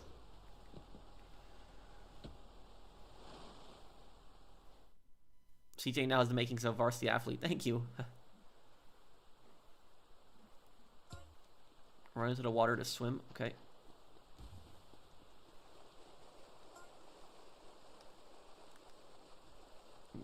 Imagine doing this at 5 o'clock in the morning when there's literally a thunderstorm out like this. Is that beeping sound really annoying, guys? I'm sorry if it's annoying anyone. PvP video? Probably on this weekend, Rashad.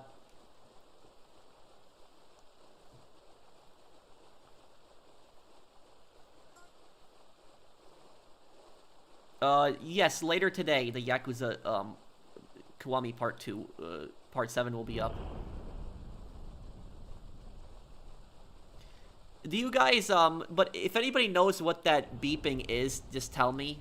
If maybe you have an idea, because I've been trying for years to figure out what's causing it. Something with my mic, but it might be the computer itself, because I plugged this mic into my laptop and the beeping didn't happen there. So I don't know what's the issue exactly. It's really, if you listen really hard, you can hear it. Yeah, the rain does look better here. We'll say that. Damn, CJ's getting tired here. If you get 10,000 from the burglar missions, you'll get infinite sprint. Oh, okay.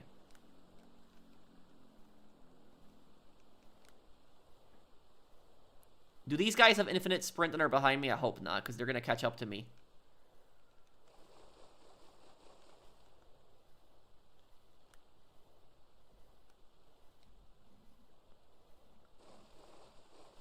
Oh, okay, Michael.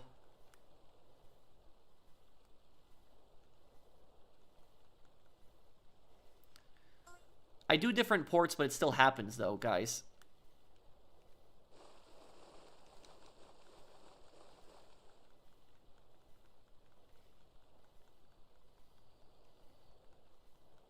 It can be a little bit more difficult, but it also could be a little bit easier because there's, You should use a boat to win. I don't know if that would even work.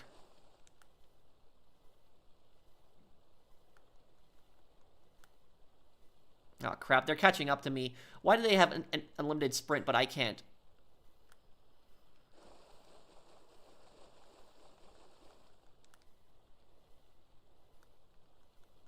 Yeah, that scene is from Generation Kill. The trucks were insurgent kill squads, killing Iraqi Republican Guard deserters. Command made the Marines just let them go. Yeah.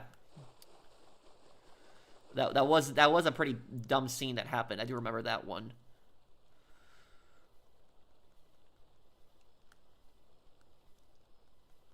Okay, come on, almost to shore. Okay, Phoenix.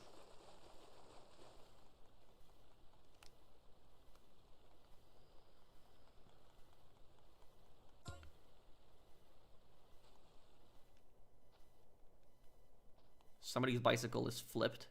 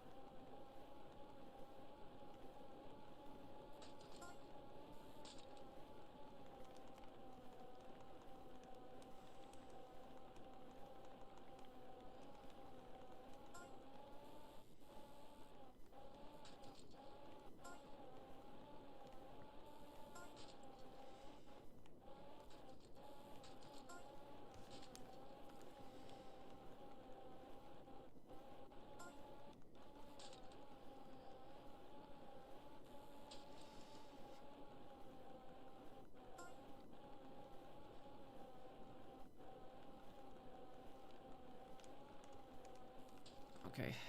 This one, though, I'll be able... Is there anything after the bicycles? And how many triathlons are there, guys, in this game?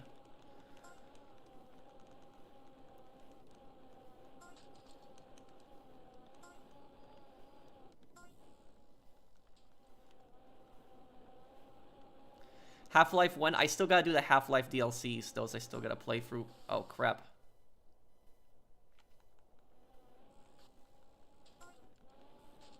Rose Grove Street OG. Thank you. Is there a reward for completing these?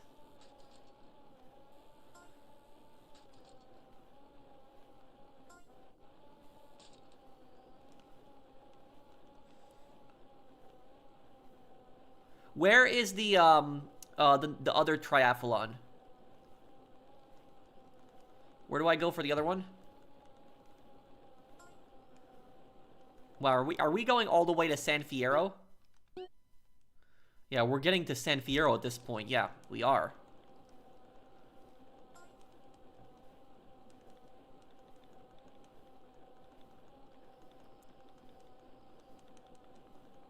Why GTA San Andreas was so ahead of its time, especially for a PS2 game. So much entertainment, unlike 3 to 4 gigabytes of data. I miss the 3D GTAs and would argue they were way better than the HD ones.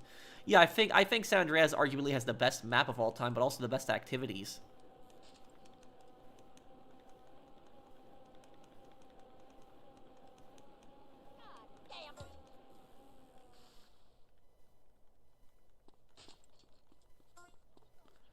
I've got to run.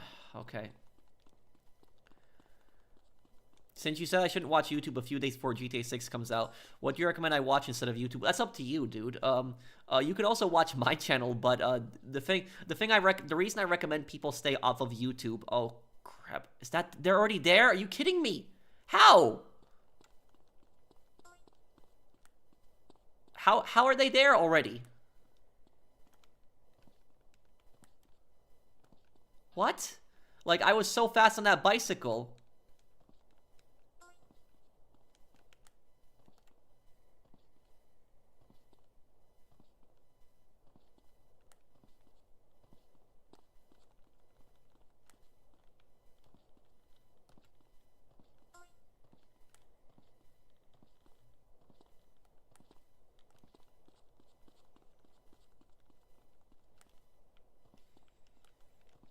Ah, crap.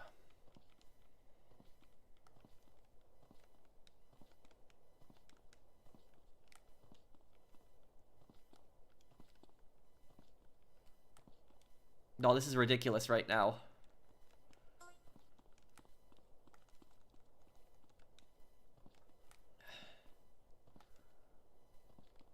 How much farther is this?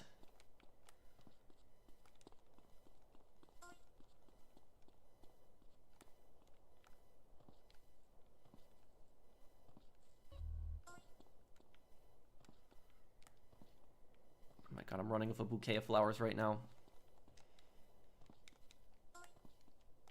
I thought I had this because they were so far from me on the bicycle, because I didn't...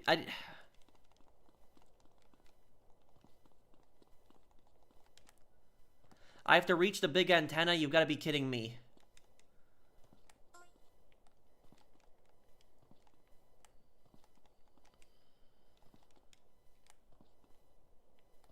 My god, this guy running in front of me, this is...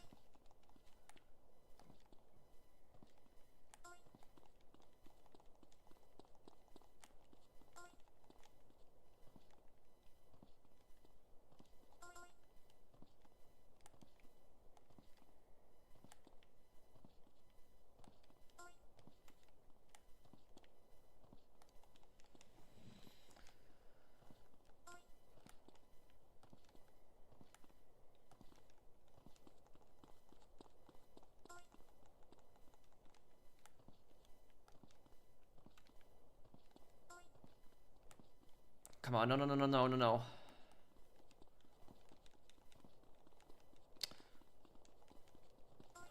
Damn, steroid user.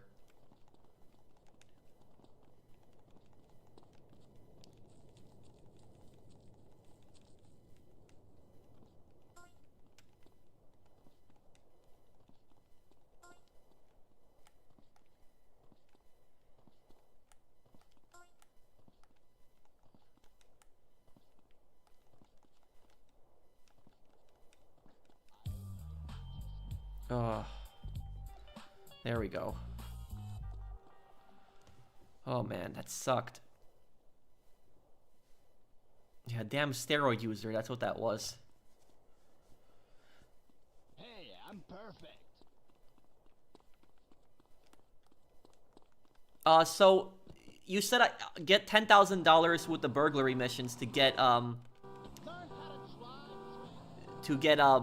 infinite sprint, but do I have to get $10,000 in one night?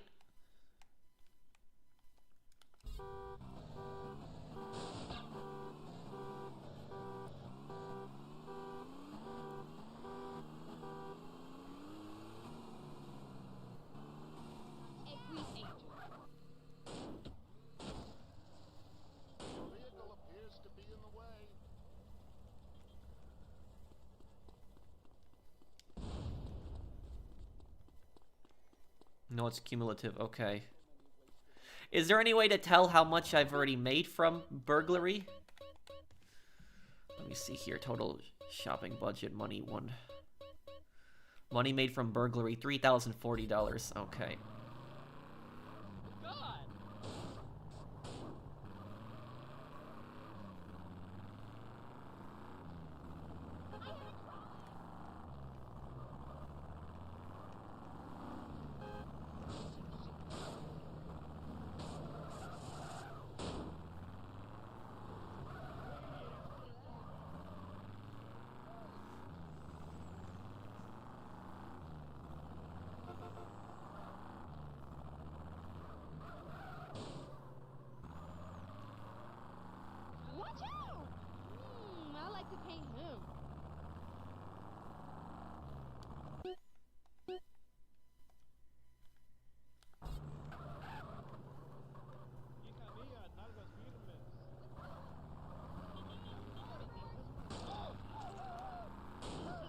crap.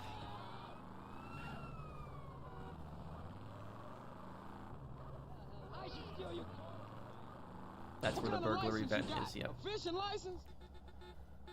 Worst character in The Sopranos? Probably Richie. Richie or Ralph.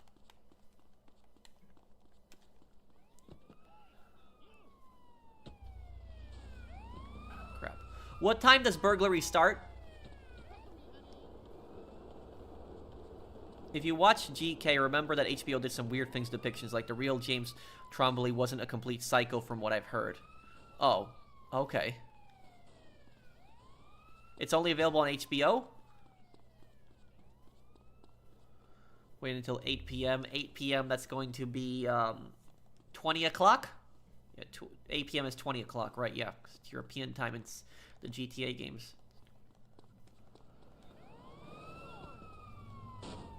I'm right behind you, buddy. That's some good stuff, what you got. The police are your friends. Is Livia a Soprano narcissist? Yes, and not only that, she's a psychopath as well. To learn a new meaning for going down.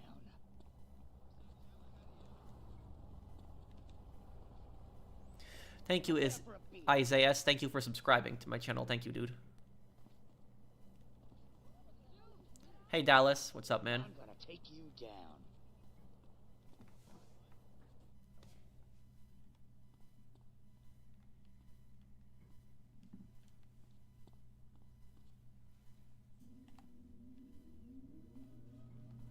Okay, there we go. Cops are gone here.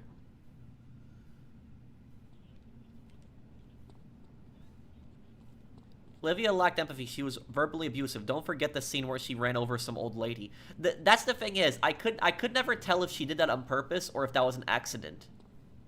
Do you think that was on purpose, Adrian, or do you think it was an accident?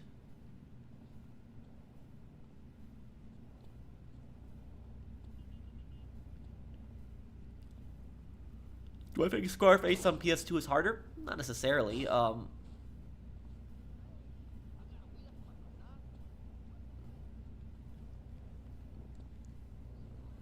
let's see here.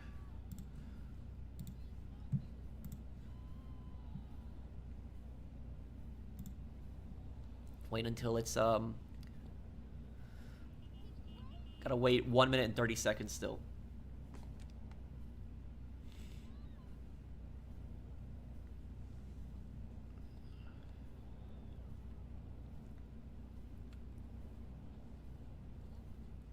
Wait, you don't use 24-hour clock? Not in America, no, we don't. In America, we use a 12-hour clock.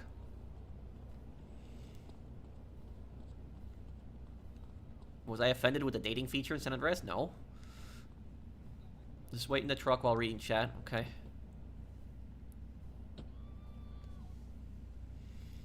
Next lore video on Zero.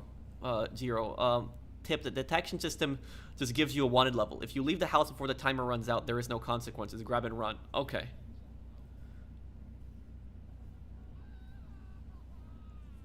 You know what? I hated breaking into those houses where it was just gang members and they would just open fire on you.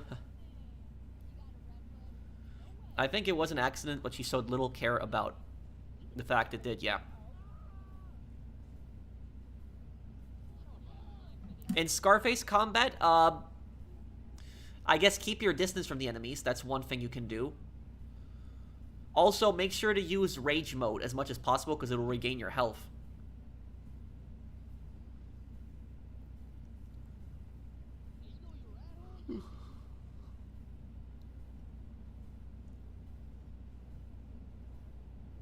Thank you, Appalachian, for the super chat.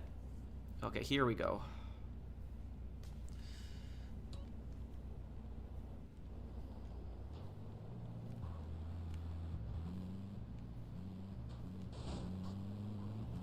Asshole!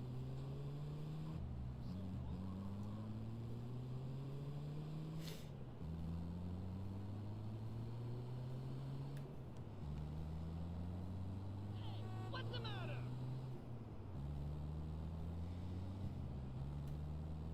The houses I know are going to be down here. Oh yeah, there's one already.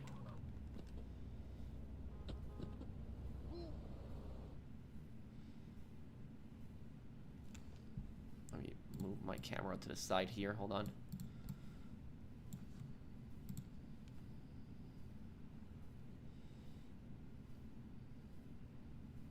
Oh, there's people in the living room.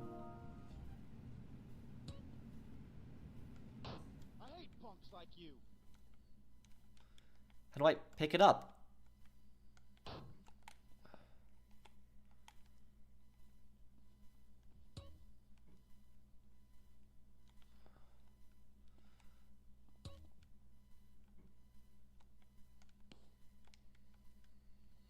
Also, crouch walking makes no noise. You can't do it while holding an item. But out an item, it's as fast as jogging.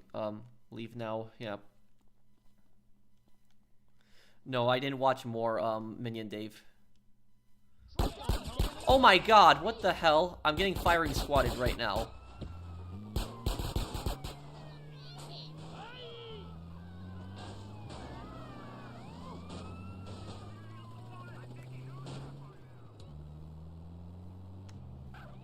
You trying to ruin my day, asshole?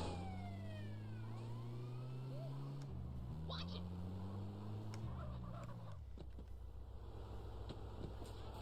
Asshole.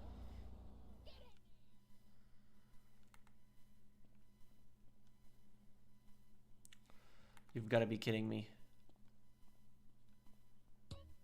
Okay, wait. Here we go.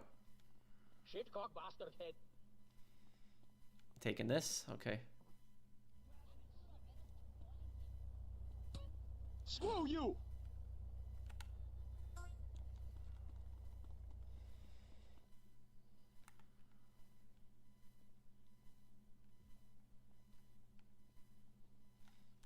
Been detected? What?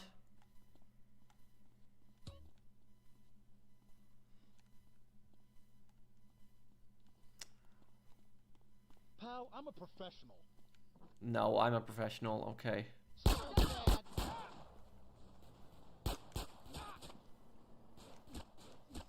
What the? What the hell?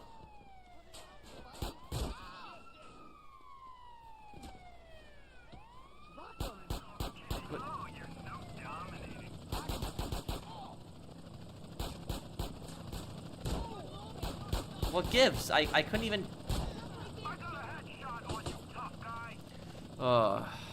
No, I didn't, Zach. Well, that sucked. Yeah, that really sucked.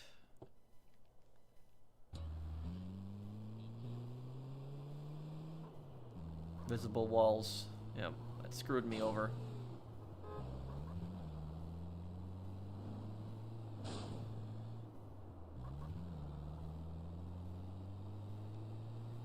Houses in the Mullahan Hills in Los Santos are the best. Do they give you the most money, Appalachian?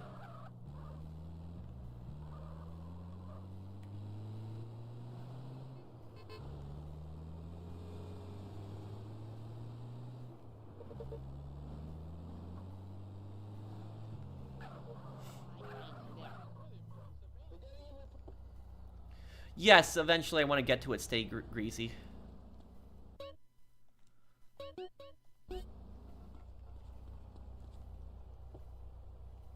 Yeah, I should have exited the thing quicker, but I thought I could handle the cops, but I didn't realize how bad it was gonna get.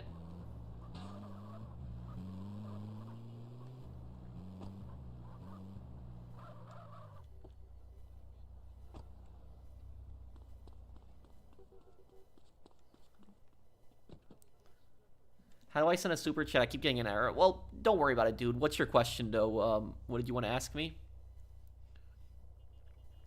Houses in Pike Creek pay the highest in Las Venturas, huh?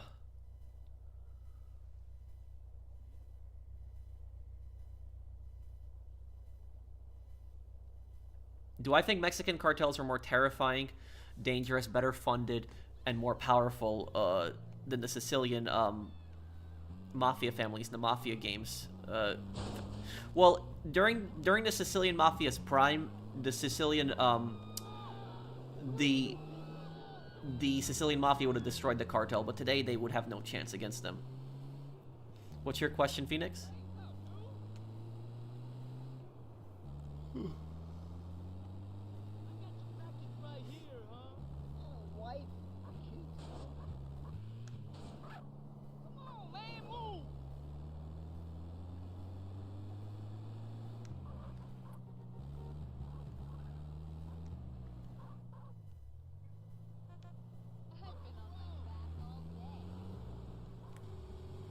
I haven't even watched Fallout though, Zach. That's what is. Yeah, I apologize for that. And I just got back from a flight the other day.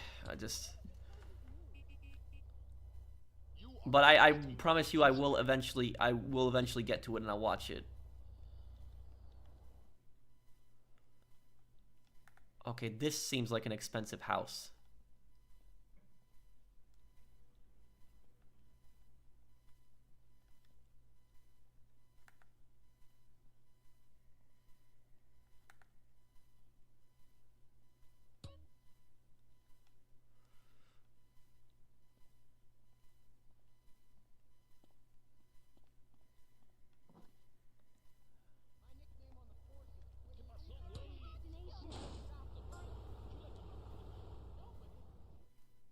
No, I was visiting family.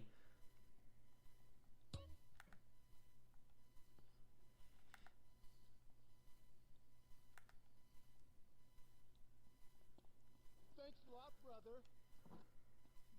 Daddy paid my credit card bills again. You see me coming, don't you?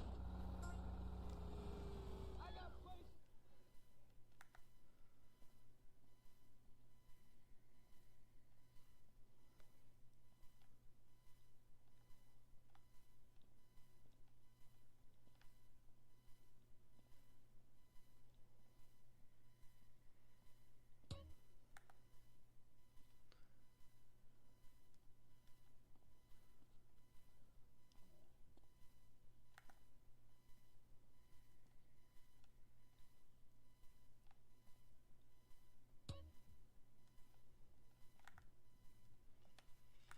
Why am I not picking this stuff up? Crap.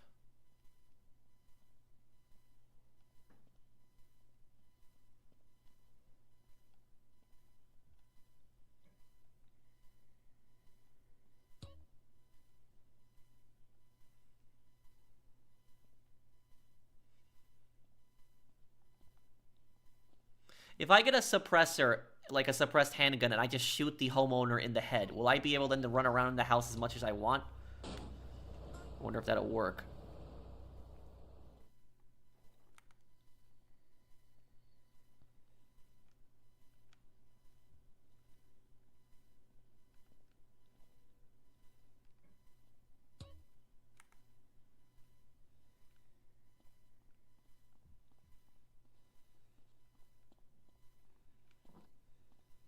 I can do that, Minion Dave? Okay, I'll keep that in mind.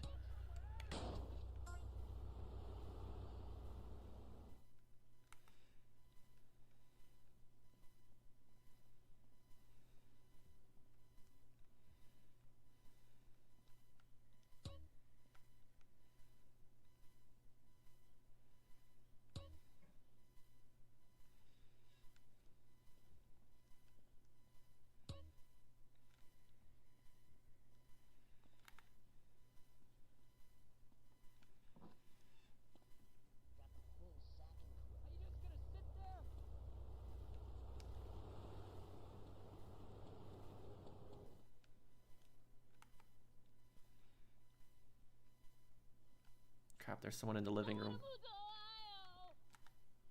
Crap.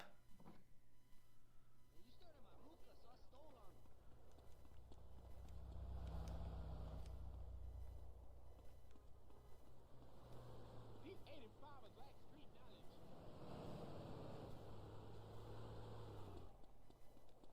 Am I the only one who doesn't screw everything up?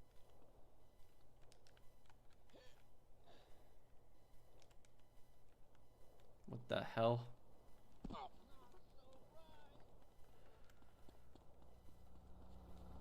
My OG brown sofa. I still have it. I just don't stream it anymore.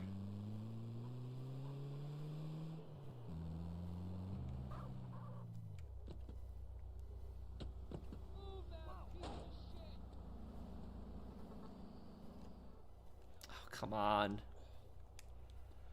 Those houses are glitched in San Fierro. I hear a beeping sound in the background. I'm sorry, that's my mic, or my, you know, I don't know why it does that. Hey,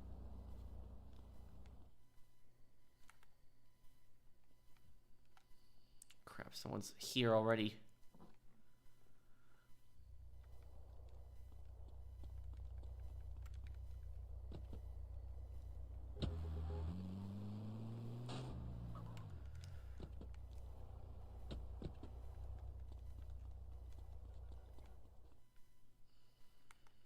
Okay, this looks like a good house.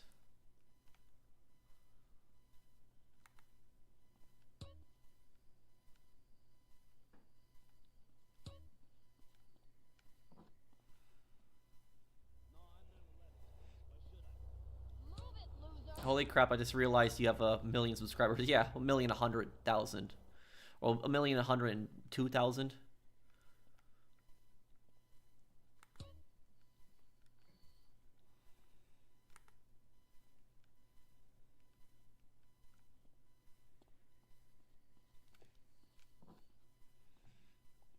Wait, you hear that beep? I'm sorry. Hey there. Can you Try Bear Katie house. Wait, what house?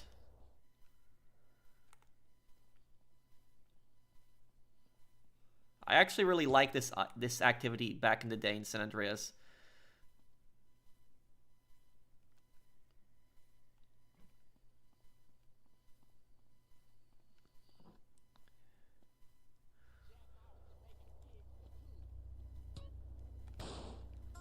You're like totally blocking the road.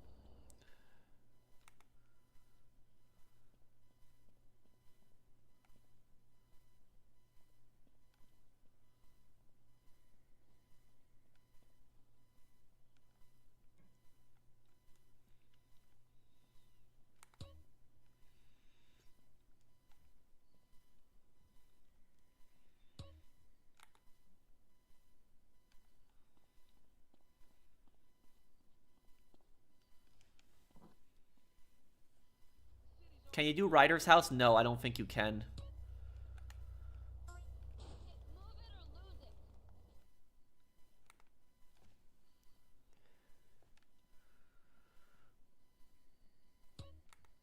Who has a TV like this in their kitchen?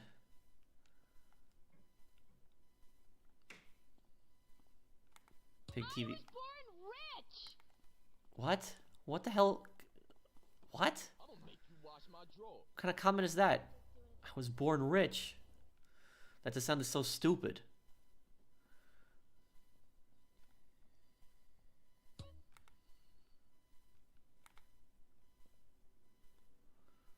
I'm too good for this. Oh my god.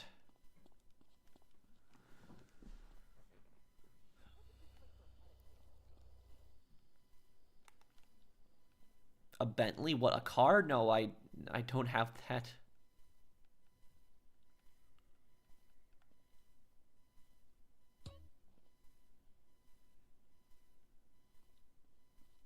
Get your hands off my gong. You wanna scrap with a killer fool? He's building a killer half pipe in the backyard. In the street.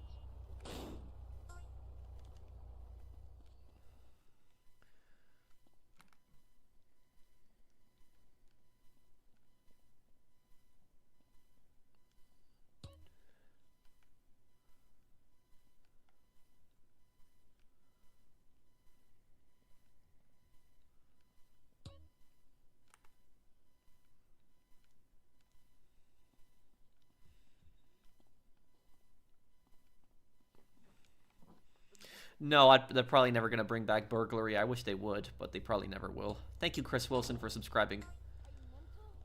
Move it.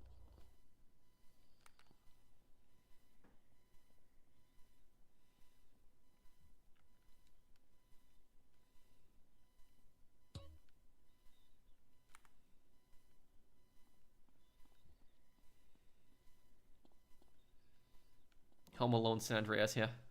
Carjacking is just a cry for help.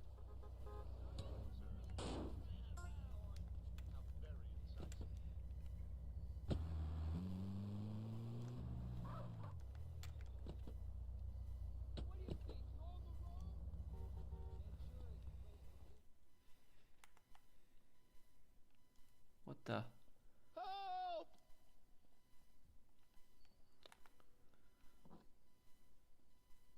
Is there a reason why a beep is sounding in the background as your microphone? I'm sorry, dude. I don't know if it's I'm sorry if that's bothering you. It's because I got back home. I haven't been home in 3 months, and this is, you know, my gaming PC. About this is a pretty expensive gaming PC, but that beeping sound has happened. No matter what mic I have in, that beeping sound always happens, and I don't know, you know, what's causing the issue. It's really small. It's not really that noticeable. You don't really see it in videos because I have noise cancellation on there, but it's yeah, I am live kind of late tonight, but. Boys, stop, God.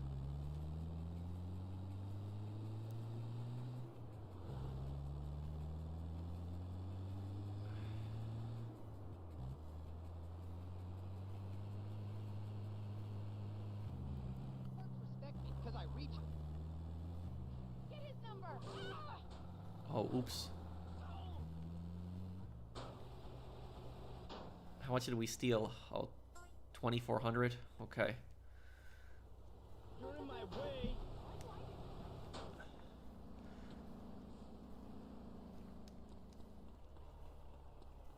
Is there a Want me to drive it for you?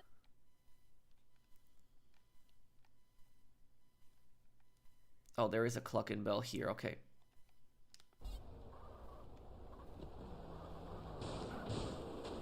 Whoa. The guy in my office. Las Venturas pays the highest of all. Okay.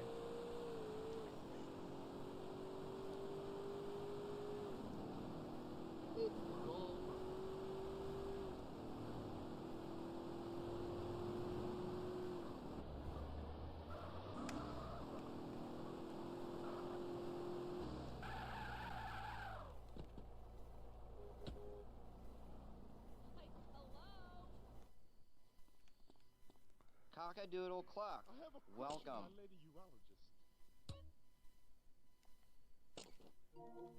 Let me see something here. Buy 8 meals from Cluckin Bell throughout the game. That should be really easy.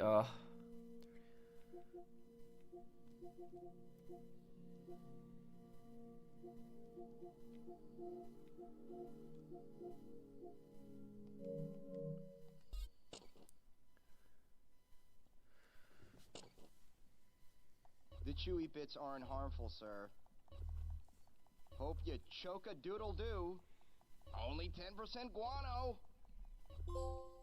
There we go. I can't believe I didn't have that trophy. Order 8 meals from Cluckin Bell. I'm a veterano, ese no joke. Okay, now. Next.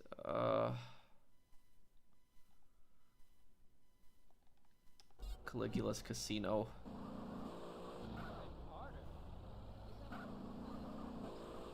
Professional, you deserve 10 million subscribers. Your commentary is on point. Thank you, Shazmax. Thank you, man.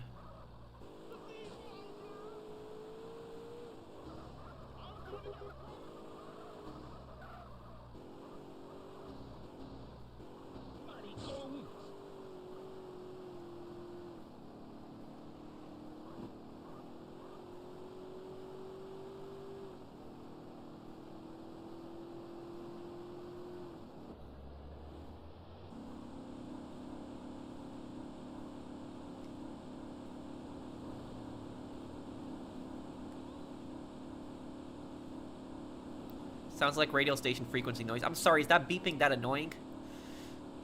Does anybody know what that beeping could be caused by?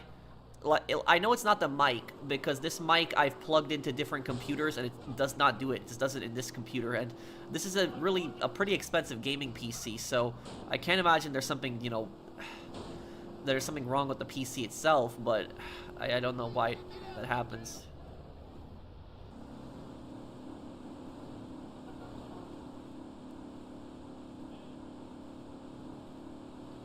Well, beeping noise, there's a small beeping noise if you listen carefully. It's not, unless you have headphones, it's not that hard to hear it, or it's hard to hear it. When the daylight timer runs out, I'll teleport you out of the house without any held items. If you have less than 10 seconds to sprint to an item. Okay. Thank you, Appalachian.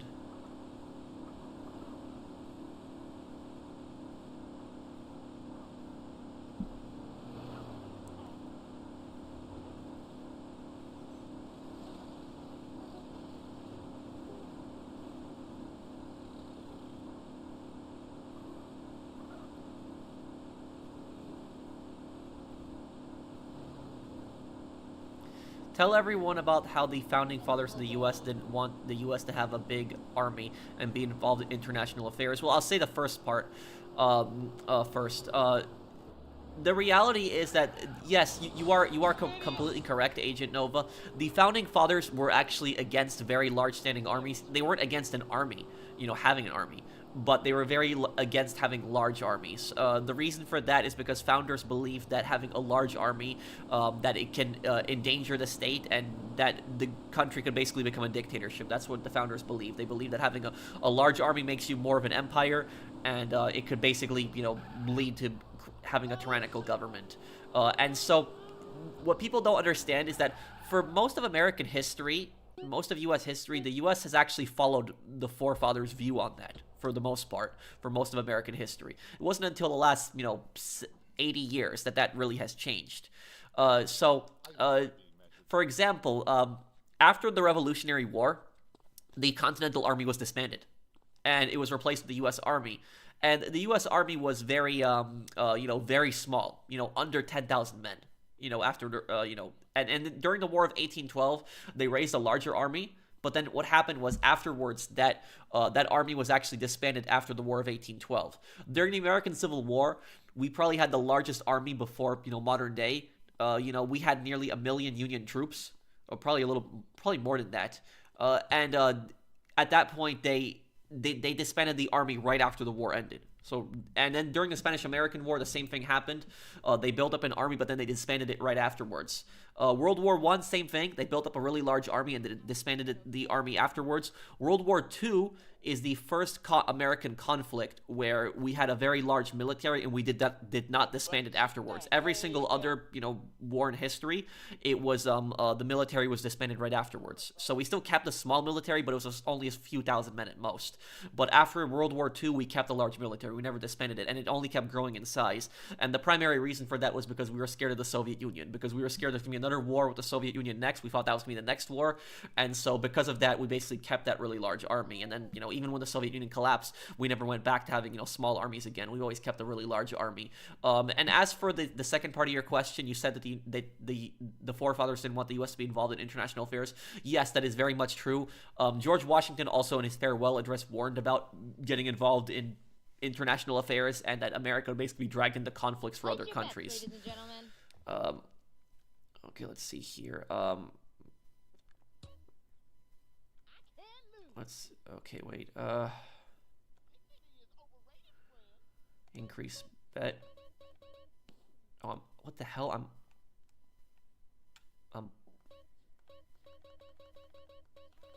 Nobody punches CJ. Oh crap! I'm punching someone right now. Okay, didn't even mean to do that. Okay, let's see. No more bets, please.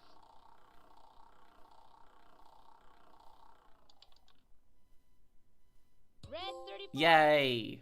Move, yo. Oh yeah.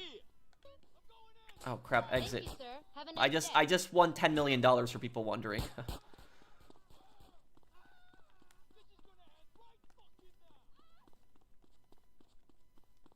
How long have you updated your audio driver? I usually keep my audio driver updated pretty well. I'll check it tonight. You think that could be the problem?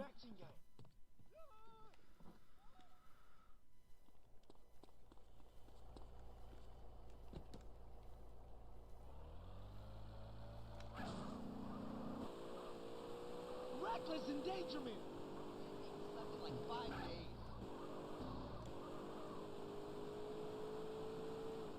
Do you think the U.S. will ever go back to that? No. No, because the thing is, there's very large military companies that will be completely against that, and there's a lot of lobbying in the U.S., in the U.S. government. Like, if anybody knows who Ron Paul is, Ron Paul was this guy who ran in 2012. He ran from the Libertarian ticket, and he was basically very for that. He was very for, going back to, how the U.S. had its military before World War II, like very small, the traditional sense that the U.S. had for a long time, and a lot of people campaigned against him. Like, people, attacked him constantly, saying he was, an isolationist. They said, oh, he's a bad person, a bunch of this other stuff. So, anybody who suggests something like that, the media and the government are going to basically make them out to be the villain, so no. U.S. military fixed my country, Japan, after World War II. Yes, well, the United States helped rebuild Japan, and about that is that is, you know, the thing about Japan is that the U.S. defeating Imperial Japan is, you know, one of the best things they've done. You know, we've done in our history, but also rebuilding Japan. And as for General MacArthur, for example, General MacArthur's greatest accomplishment was actually not in battle, but he was governor of Japan. So MacArthur was the military governor of Japan until Japan had a stable government, and he actually did a pretty good job. You know, I'm assuming you're Japanese, you know who MacArthur was. But the Japanese generally have a positive view of MacArthur because MacArthur did not seek any revenge against the Japanese people. He was very merciful. You know, he did not tolerate any crime against the Japanese. So, like, if there was any Americans that commit any kind of crimes against the Japanese, they were severely punished for that. So he was a very merciful guy, and he also, you know, MacArthur is responsible for Japan's democracy today. So the democracy that exists in Japan today, MacArthur is really responsible for that system.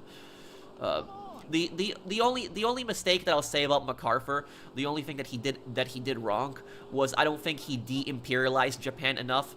And when I say de-imperialize, I'm saying basically like denazify, you know, like the Nazis had that in Germany. He didn't de-imperialize Japan enough. So he was very merciful towards Japan, but he did not change Japan's educational system. He should have made Japan change the educational system where they don't, because Japan's educational system is either it's very neutral towards the empire or they really don't talk about it. That's basically what their education system is like.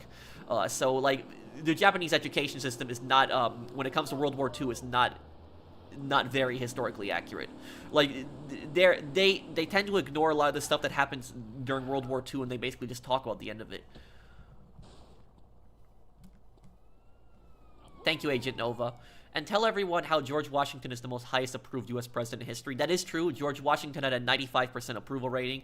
He had the highest approval rating of any, you know, of any president in American history. George Washington did. That is absolutely true. Absolutely right on that.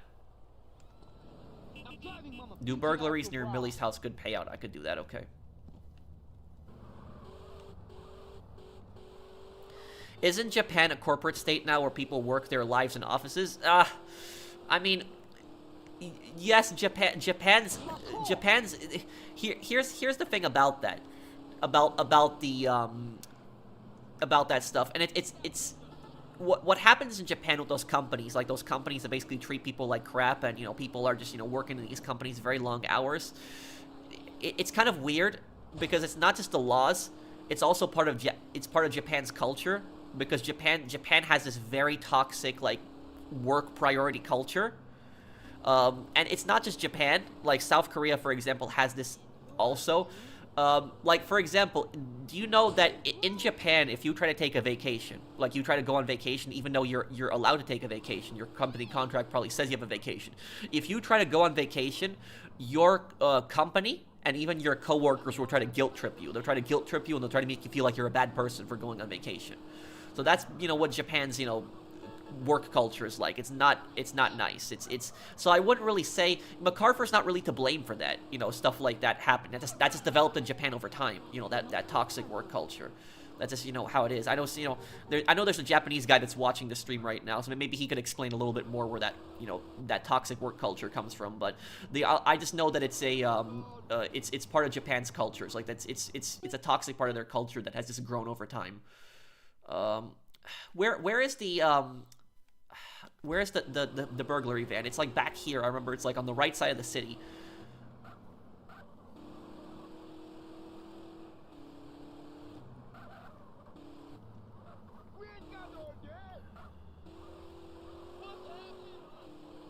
Can you tell everyone that the U.S. colonized Liberia? It was technically colonized by the U.S. under a private organization. Did the U.S. colonize Liberia? Kind of, yes, but it was a little different than the Europeans, because the Europeans, when the Europeans colonized a country, it was their military and their it was their militaries and their governments that did it. America, they kind of colonized Liberia, but it was more of the private companies, like the American companies going into Liberia and just buying up everything and controlling everything. And that's pretty much what happened. And the U.S. government protected those companies. So if those companies needed help, the U.S. would protect them. So that's more of what happened, basically.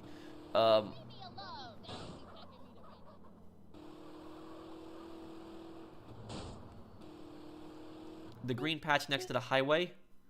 This?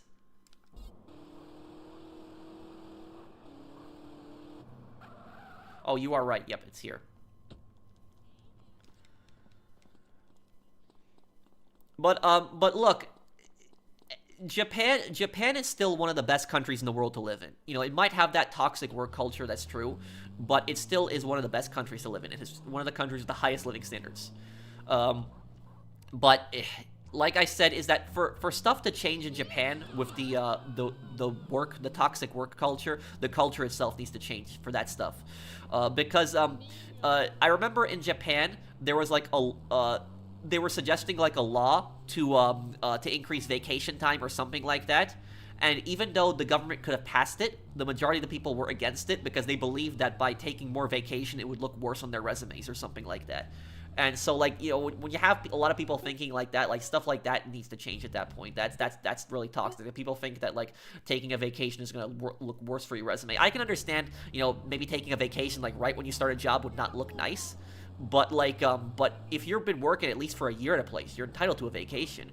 And so I don't know how anybody could think that that could make you look bad or something like that by taking a vacation. Respond to a 1017 in East Old Ventura Strip.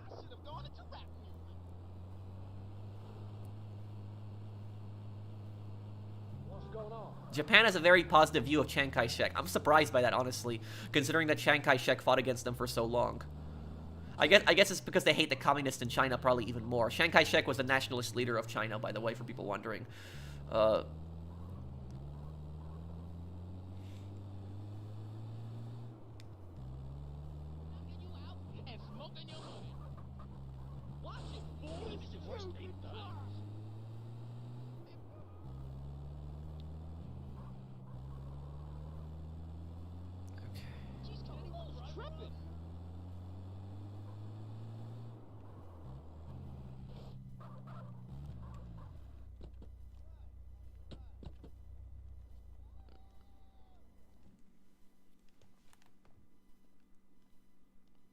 What's this? Find money on the floor?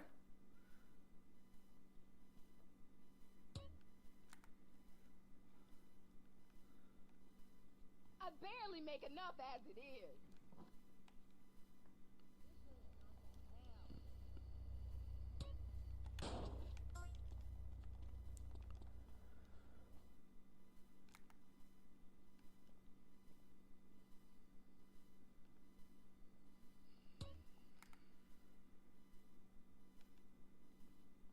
Give it back, you asshole. You think I need evidence? He's a slime ball.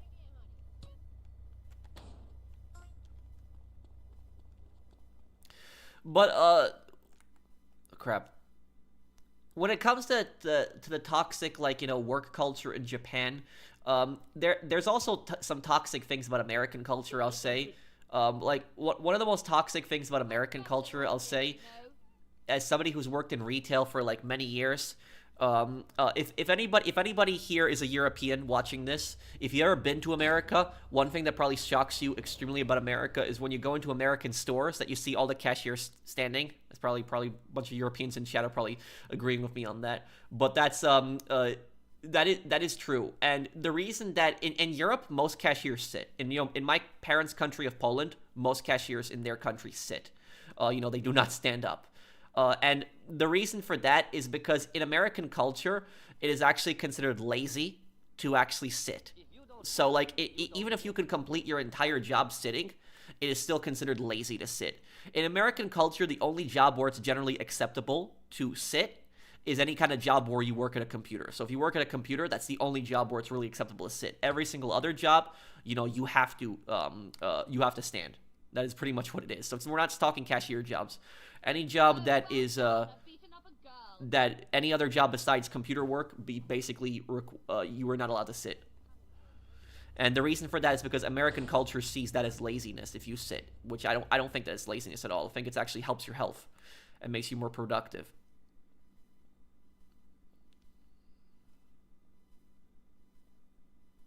My current retail job allows us to sit. I believe it has still slowly started to change. You mind if I ask you what company that is? Is that real? I'll see you, Ryan. Hey, everyone knows me at the casino. Well, Yakuza 3 I know takes place in Okinawa. So even trucking or bus drivers are considered lazy. Well, you know, I guess that's a different one. It's where you drive. You know, where you drive, you have to sit. I mean, there's no such thing as a standing, you know, car. But you get my point, though. You get my point that like most jobs you are required to basically stand, which is just stupid. If I live in Russia, cashiers sit here. Yeah, well, Russia's in Europe. So like I said, is most European countries. Most European countries, you know, cashiers sit. There's nothing in here.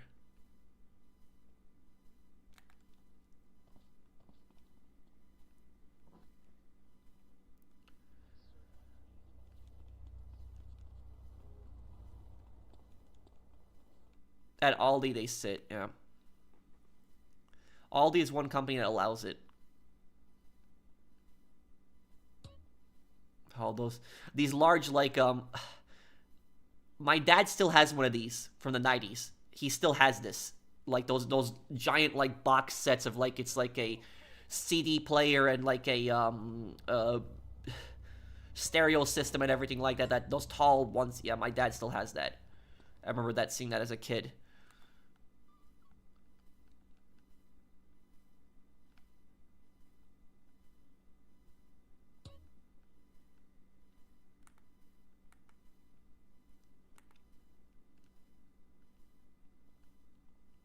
Give it back, you asshole. I just so enjoyed my time. Here in the Philippines, most retail and restaurant cashiers aren't allowed to sit, and you know where that comes from? That probably comes from America. That's probably where it comes from, because America heavily influenced the Philippines. You guys ever notice how in the Philippines there's a lot of things that are culturally similar to America? You know, it's because of America's strong ties to the Philippines. So American culture spread to the Philippines a lot. So it's ironically probably because of America. That's probably why you guys have that too.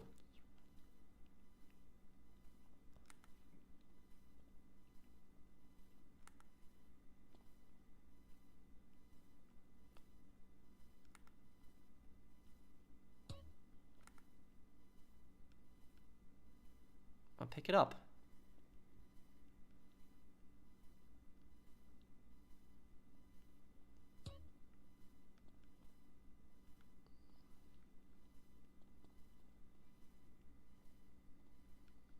Okay, this is stupid now. I'm gonna go to a different house.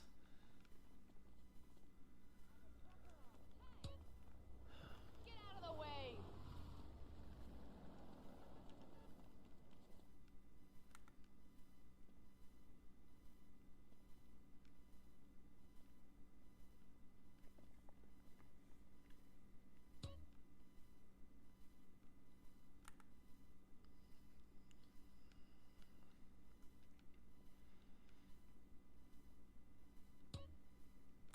Come on, pick it up. Okay, there we go. I remember hearing the Philippines love Americans the most of most countries. Yeah. Well, you know, during World War II, the U.S. helped the Philippines a lot, and the Philippines also helped the U.S. during World War II.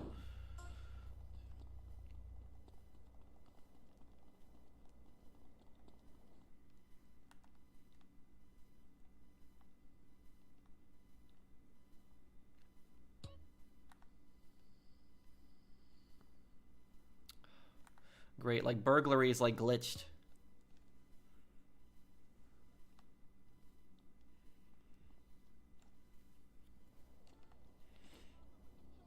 Get out of the way.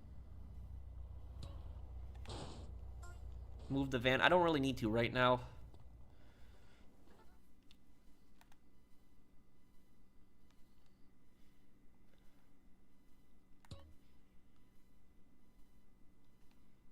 What the?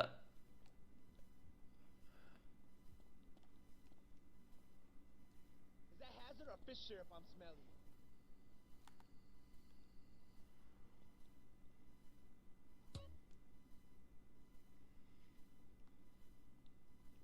Oh, well done. I've beaten up a girl.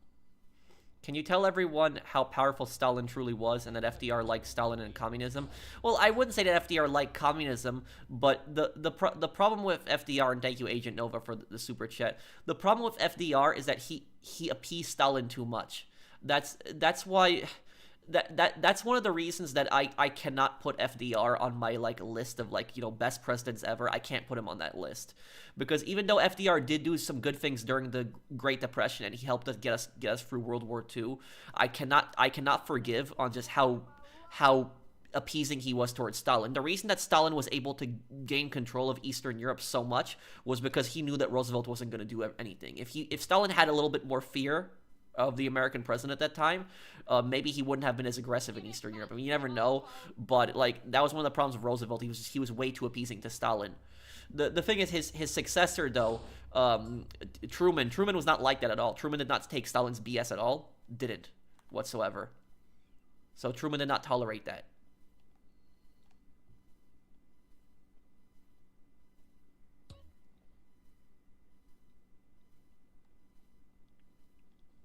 The Philippines also has a gun culture. Yeah, that's probably for America as well. But I don't think that gun culture is a bad thing. I don't think that's a toxic thing. I do think that the sitting in standing in most jobs, and that's considered lazy to sit. I think that part is toxic.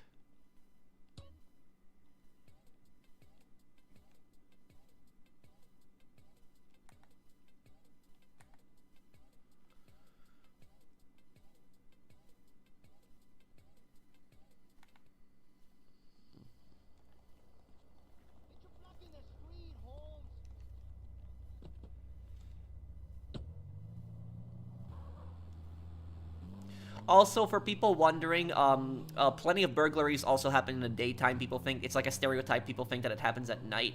But when burglaries happen in the daytime, it's usually when criminals have been casing the place. Casing basically means they scout out the place.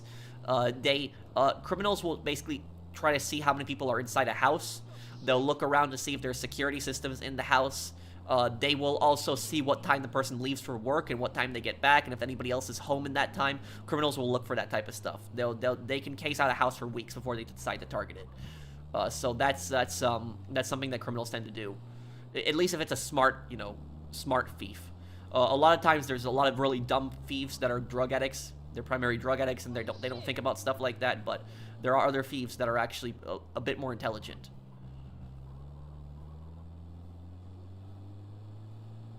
Of course you don't think that gun culture is toxic. I don't know if that's a compliment or an insult. I can't tell.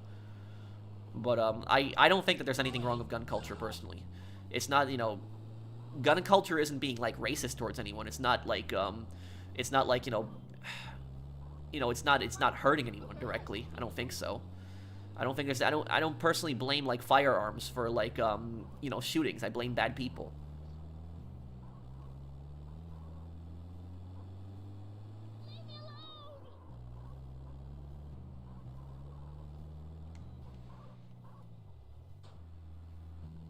What the hell? What the... Oh, great. Guns don't kill people, video games do. That's from Jack Thompson. That... I know that. That's stupid lawyer.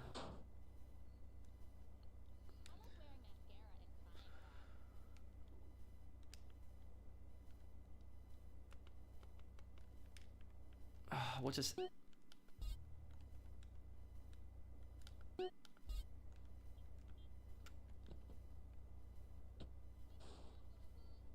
Okay, there we go. Do my parents know Spanish? No. Anyone who wants more guns is a moron. Well, I mean, you shouldn't talk like that, dude, about others. I'm not talking like that about you. And also, can you tell everyone that the U.S. will go into a civil war if the Second Amendment is vetoed? Well, if the Second Amendment was to be abolished, I don't really know what would happen. But the only thing I would tell you is that it would heavily divide the country, like heavily. Like if you think the country's divided now, like if the Second Amendment was abolished, yeah, that could probably split the country in half. Something that drastic. States could actually end up seceding from the country if that was to happen. Look, the argument that you're putting forth earlier when you said that Is this classic lighting? It is classic lighting. The argument that you're putting forth earlier when you say anybody that wants more guns is a moron, I don't really buy that argument because people say, oh, you know, you want more guns. Well, I didn't say I wanted more guns. I just said that I want people to have the right to own guns. If people want more guns, that's their choice. That's their right. So if people want more guns, it's their choice. It's not like I'm telling the government that the government should just go and hand everyone a gun. The only thing I'm saying is that people should not be, you know, told by the government, oh, you know, you can't own a gun or something like that. It's their choice. It's their right. If they want to buy that, it's their business. And you shouldn't interfere in other people's personal lives. You see, that's the only problem that I have, really, is that I really don't care if somebody is against guns. I don't care if somebody hates guns. I don't really care about that. The moment that it becomes a problem for me is when other people tell me, oh, you can't own a gun. You can't have one. That's when it becomes a problem for me. That's my view on it. Guys, just letting you know, USA will collapse in 10 years. Well, I don't want to get into the whole political drama here, Agent Nova. Just please, you know, stop. I appreciate the super chats, but I stay away from the politics. I stay away from that stuff. Okay, let me see here. What else do I got to do in San Andreas here?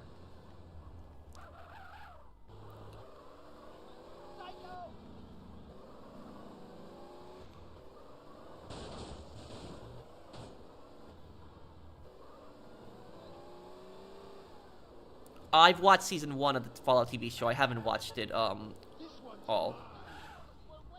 Have I watched Rogue Troopers? It was released in 2006. I think you can cram in a playthrough released on 2006 and it's based on a comic. No, what system is it on? Is it on PS2?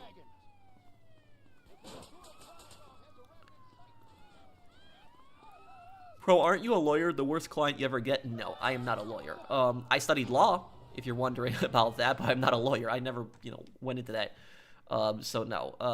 And I don't even know all law, to be honest. I knew criminal law a bit that I studied because I wanted to be, you know, I wanted to work in law enforcement, but I didn't study necessarily be a lawyer.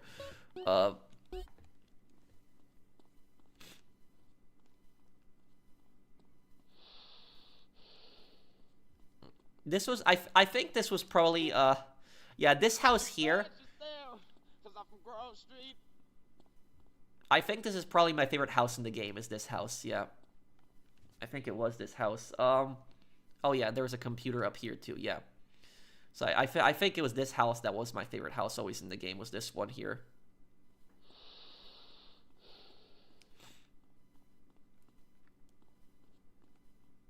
Was a nice house. My parents do want to retire to Las Vegas later this year. I'm going to help them out with that. That should be interesting. Have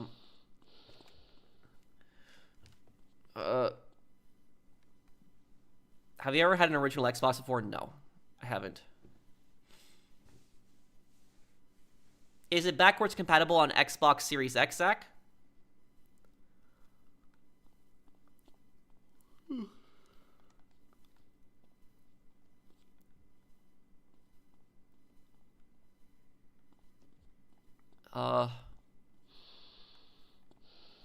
Yeah, this game definitely gives a lot of nostalgia.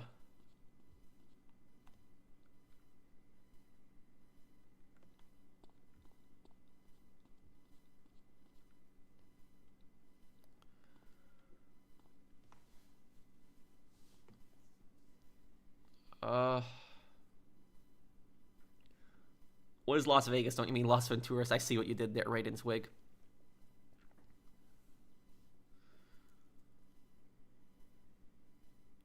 I think the beeping noise is caused by what? I don't know what the beeping noise has been is causing it. I honestly don't know. I don't. Anybody the people that are wearing headphones can hear it, but other people can't. I'm sorry about that. I hope it's not too annoying. Anybody in the comments knows what that might be, please tell me, because I've tried to fix it before. I can't figure out what's causing it. Thank you, Stone Razor, for the subscribing. Thank you, dude. Have I seen the film The 800? It's a film set in the Second Sino-Japanese War. Is that the movie where there's a bunch of Chinese soldiers that are defending a warehouse?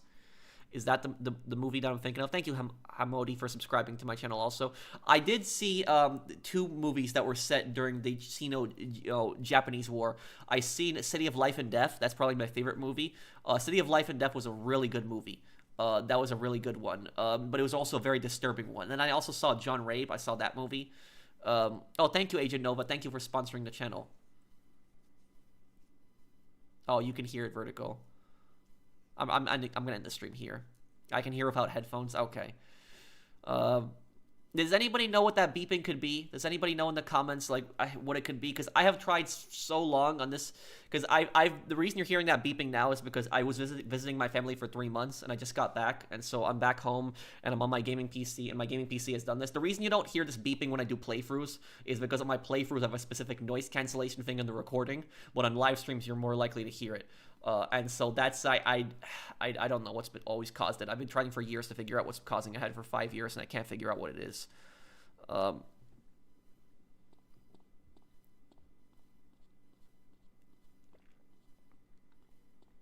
Your obsession with what is this? With gun culture is unhealthy. Unlike where you are from, we haven't had a mass shooting in 30 years. Well, stuff like those attacks are really horrible when they happen. But the thing is that I don't blame the guns for stuff like that happening. Because the way I personally look at these things and the way I think about these things is that if that person did not have a gun, they would have just done something else. Like, a country like China, for example, that country has almost no shootings, China. But in China, they have mass stabbings where, psychos will go into schools and just stab a bunch of, kids. That has happened multiple times. In France, you had a guy that killed, I think it was close to 100 people with just a truck, just running them over. So the point that I'm getting at to you is that it's not the guns that's really to blame. It's more just the bad people. Because when it happens with anything else, when it happens with a knife or it happens with a truck or something like that, we don't blame the truck or the knife. And then usually when you bring up this argument, people will say, oh, well, guns are designed to kill. Guns aren't necessarily designed to kill. Guns are designed to fire bullets. That's the whole purpose of them. If there's a company out there that makes like a handgun, for example, and they make that handgun specifically for self-defense, they don't make the handgun for anything else. They only make the handgun for self-defense. Who are you to tell that company, oh no, they made that gun to kill? No, that's the company themselves are telling you what they made the weapon for. They made it for self-defense. So literally is, anything can be misused, a knife, a gun, a vehicle. So I don't really, blame the guns for it. I blame, bad people personally. And just because one country has more shootings than another country does not mean that another country is safer. People think that gun violence is the worst kind of violence, but violence in general is just bad. So there are countries out there that are more violent than America. They don't have as many shootings, but they're more violent than America. You are more likely to get robbed in certain countries than America, and yet those countries might not have any shootings. At the end of the day, I will tell you, though, is that if you go to Europe, because my parents are from Europe, and in Europe, in most countries in Europe, they have very little to no shootings. That is true.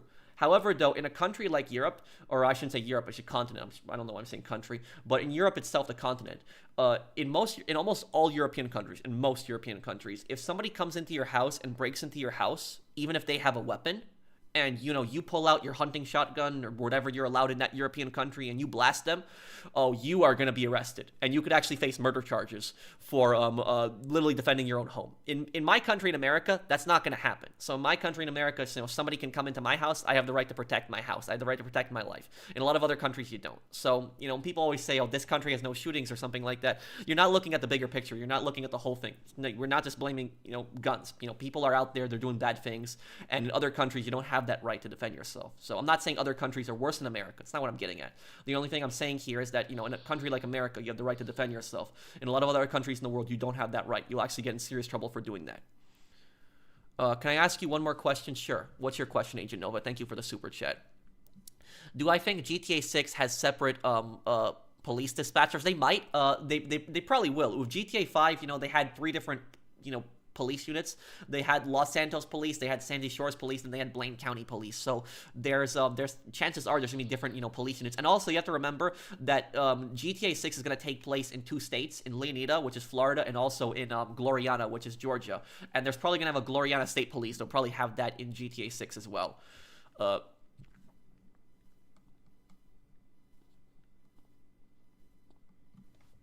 Let me see here. I'm sick of people hating on our country. We're going through some stuff, but we're still greatest in that we ain't going nowhere. We're keeping our guns too. Well, thank you, Firestorm, for the super chat. Yeah, and look, I think that I think that people can criticize countries as much as they want. America's not a perfect country. We have our issues.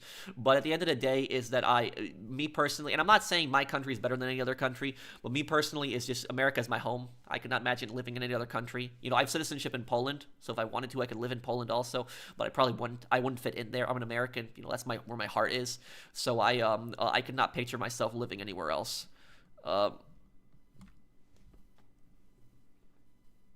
Tell everyone how George Washington could have become dictator of the U.S. Thank you, Agent Nova. $50 super chat, so largest donation we got today. Thank you, Agent Nova. Special shout out there to Agent Nova. So, about George Washington possibly becoming a dictator. George Washington, when the Revolutionary War was over, the war officially ended in 1783. When the Revolutionary War ended, George Washington was the most popular person in America. George Washington was so popular. Like, people loved him more than Congress. People loved him, more than anyone, really. And when he was president, again, he had a 95% approval rating. George Washington was pretty much in command of the entire American military. The Continental military he was in command of the whole thing after the Revolutionary War. He entered New York City, triumphant, like, on his horse, and then people were just, coming in the streets, waving to him, throwing him flowers when the U.S., took back New York at the end of the war.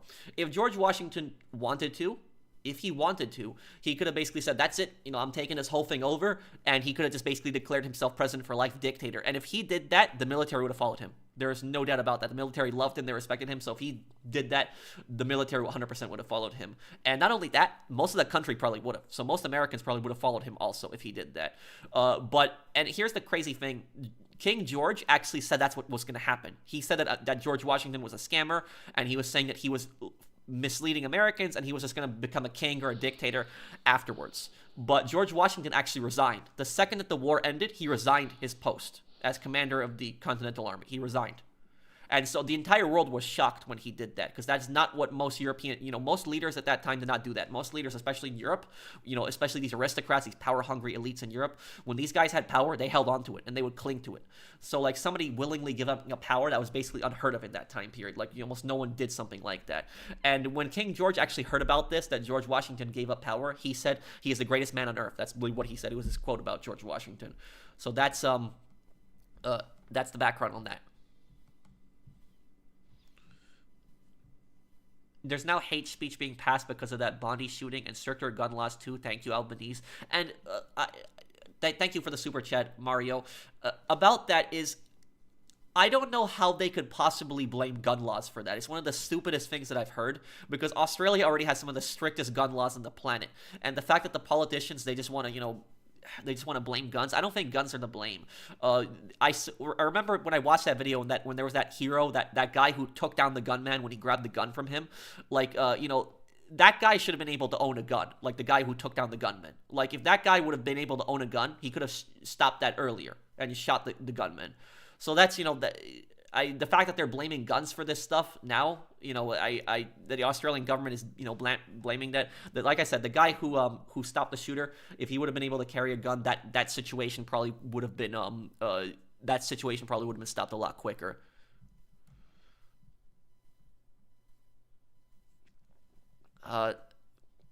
$200 donation. $200 donation from Agent Nova. Thank you, man. Largest donation today, and largest donation I've received in a long time here. Thank you, Agent Nova. Thank you, man. Wait, you have citizenship in Poland? Yes, I do. I have citizenship in Poland through my parents. Because Poland has this policy where if one of your parents is from Poland, you get citizenship. So as long as one of your parents is from Poland and they can prove it, that they were born in Poland, they're a citizen of Poland, you will get citizenship also. So it's for the children of that. So if anybody doesn't know about that, if you're watching this stream and you have one parent that is actually from Poland, you can actually claim citizenship in Poland. So I would look into that if anybody has a parent that's from Poland here, because that is a policy of the Polish government. That's how I got my citizenship in Poland. But if you were to ask me personally, if I had to choose between Polish citizenship and American citizenship, I would give up the Polish citizenship. So if I had to, if I can keep both, great. But if I have to, choose between them, I'll choose the American one over the Polish one. But thank you, Agent Nova, for that donation. Thank you, man.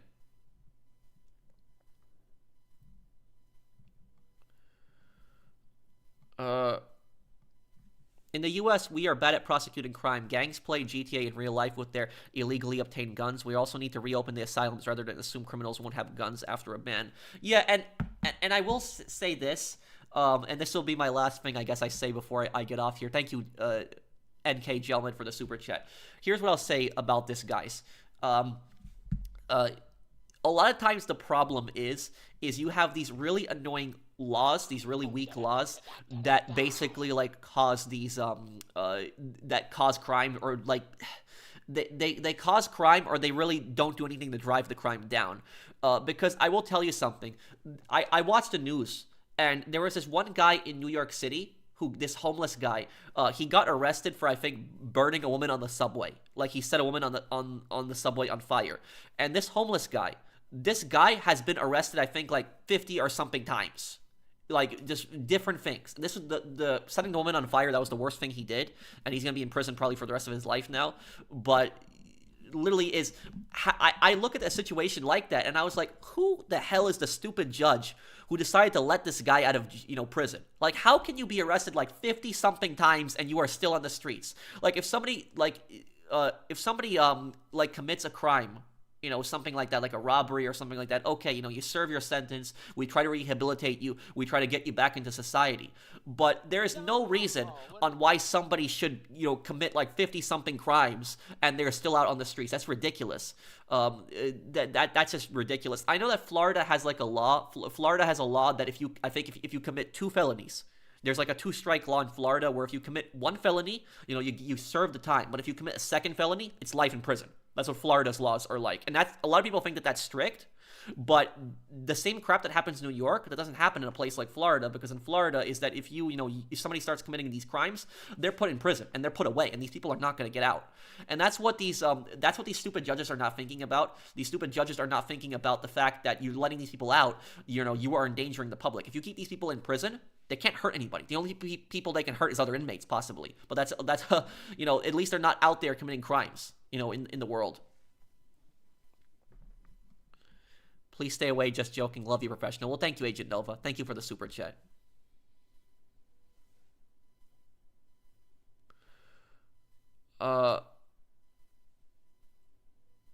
No, it's 3 strikes. It's 3 strikes in Florida. Okay, so it's 3 strikes. So if you commit your 3rd felony in Florida, you basically get life in prison. That's what it is. But still, that's way better than New York, where I grew up in. So it's not that bad, sure, because Zach just confirmed that it is it's 3 strikes.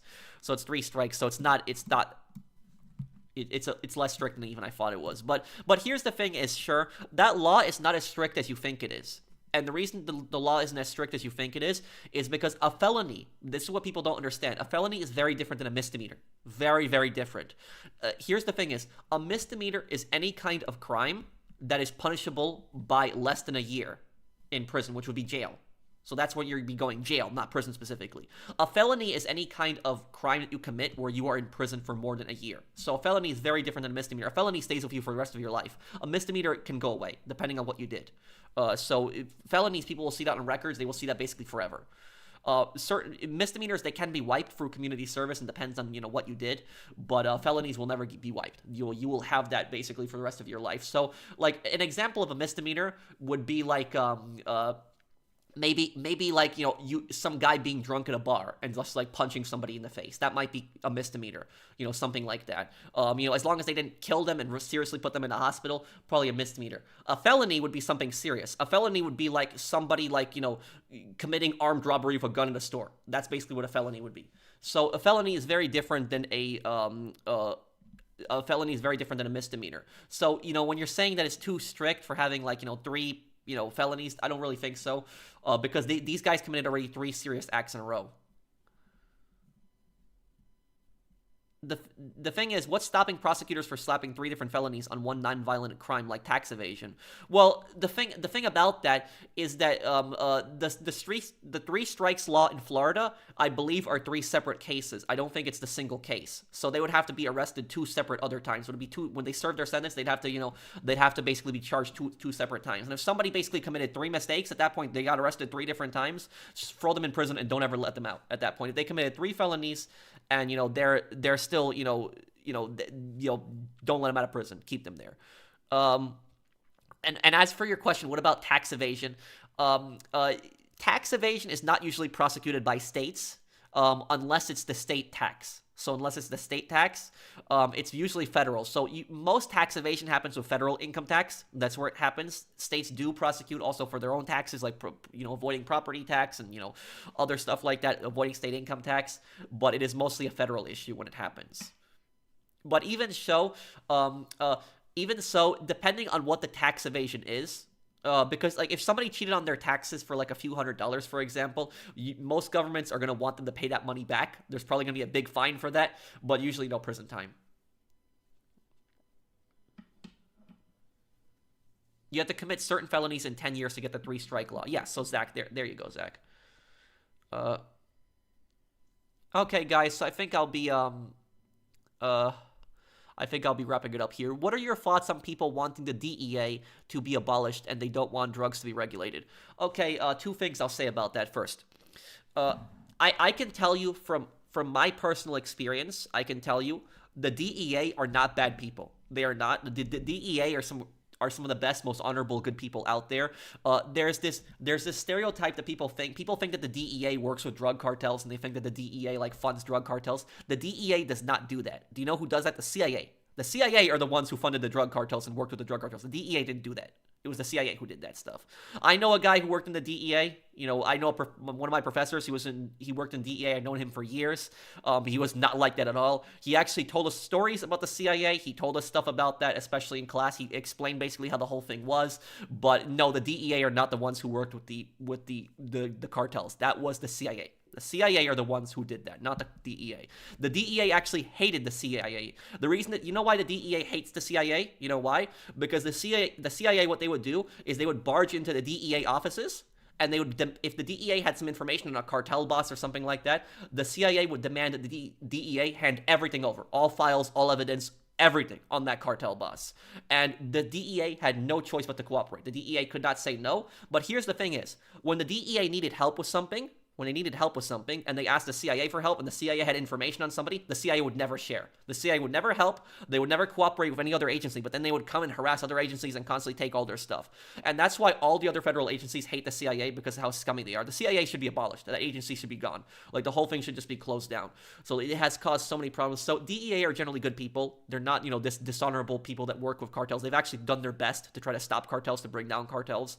It is the, if you watch Breaking Bad, most of the DEA are like people like Hank. That's basically what, they're not working with the cartels or trying to help the cartels. That was the CIA who did that stuff. And the second thing is, when people think, the second part of your question, what was it? It was, and they don't want drugs regulated. About drugs, last thing I'll say here, when it comes to drugs, it really depends on what drugs we're talking about, because if we are talking about, like, for example, like marijuana, I don't think that marijuana being legalized would be that big of a deal. I don't really think it would be, because marijuana, it can cause problems to a degree, depending on, where you're coming from, but at the end of the day, marijuana is not as bad as, like, meth, or coke, or even heroin, which is, one of the worser ones, or even, like, fentanyl, which is the absolute worst one. So, like, marijuana is not as, bad as those other drugs. But there are cases where marijuana, for example, gets laced with fentanyl, and then kids die from that. So when it comes to stuff like marijuana, should marijuana be legal? I think that should be a state issue. I think the state should decide on that, state by state, decide if they want marijuana to be legal. I think the federal government should stay out of marijuana, but the states should be the ones to decide on it. As for the other drugs like cocaine, heroin, fentanyl, meth, all that other garbage, that stuff should be illegal. That stuff should stay illegal. You do not want that stuff to be legalized. Trust me, you do not want that stuff to be legalized. If that stuff is legalized, that is going to cause so many problems. There's a lot of really stupid people out there who they think that legalizing all these drugs is going to stop the cartels. It's not going to, I'm telling you. And this is what people don't understand. The cartels, for example, the cartels do not get all of their money just from drugs. The cartels are rich alone from their non-drug businesses. The cartel makes money in Mexico, for example. They will do roadblocks on the highways in Mexico. And when you drive down the highway, especially, they rob tourists a lot of times. The cartel will stop you on a roadblock, and they'll be like, oh, you got to pay the cartel toll to go through here.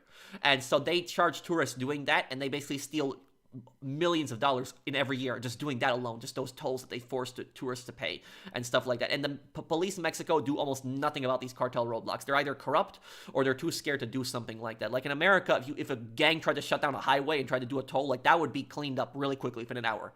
But like in countries like Mexico, unfortunately, you have stuff like that, going on, all the time. And the cartel, they also, what they engage in is they extort businesses. So especially like the fruit trade. So like, bananas, oranges, stuff like that. Like they will get into that, the lemon business. They will basically extort those things. Even like the Sicilian mafia, what they used to do with the fruit businesses back in the day, the cartels do basically the same crap.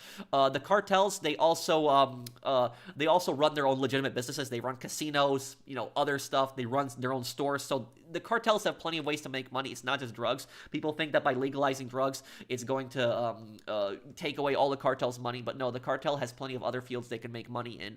And the other thing I'll say about the cartels here is that if drugs were legalized, cartels would still sell drugs. They still would. Because if drugs are legalized, the government is going to tax that because they're going to want their cut on that.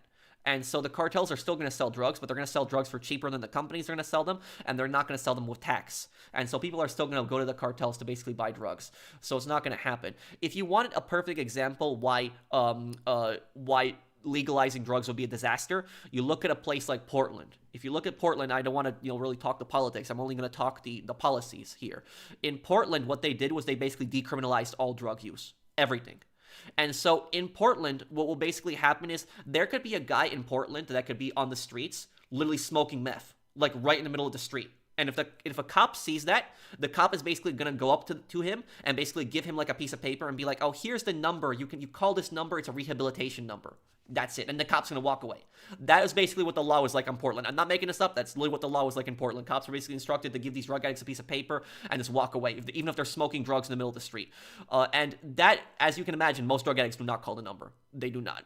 And so what that basically did was you had drug addicts from every state coming to Portland. You ever wonder why there's so many drug addicts in Portland? It's because a lot of the drug addicts aren't even from Portland. They were all coming to Portland because they knew, oh, I can smoke dope in the middle of the street and nobody's going to arrest me for that. I'm not going to get in trouble for that. That's not to say that we should necessarily arrest people and throw them in jail for using drugs, but people should be forced into rehab, and the drugs should be confiscated and they should be destroyed. And as for the drug dealers, throw the drug dealers in prison. But if you look at a country like, or a city like Portland, that is exactly what happens when you legalize drugs. It turns into a disaster. And it was such a disaster that the city actually went back on it, and they actually made drugs illegal again. And so the drugs have been made illegal, but the city of Portland was so arrogant about it that they did not want to admit that their own policies basically caused that disaster to happen.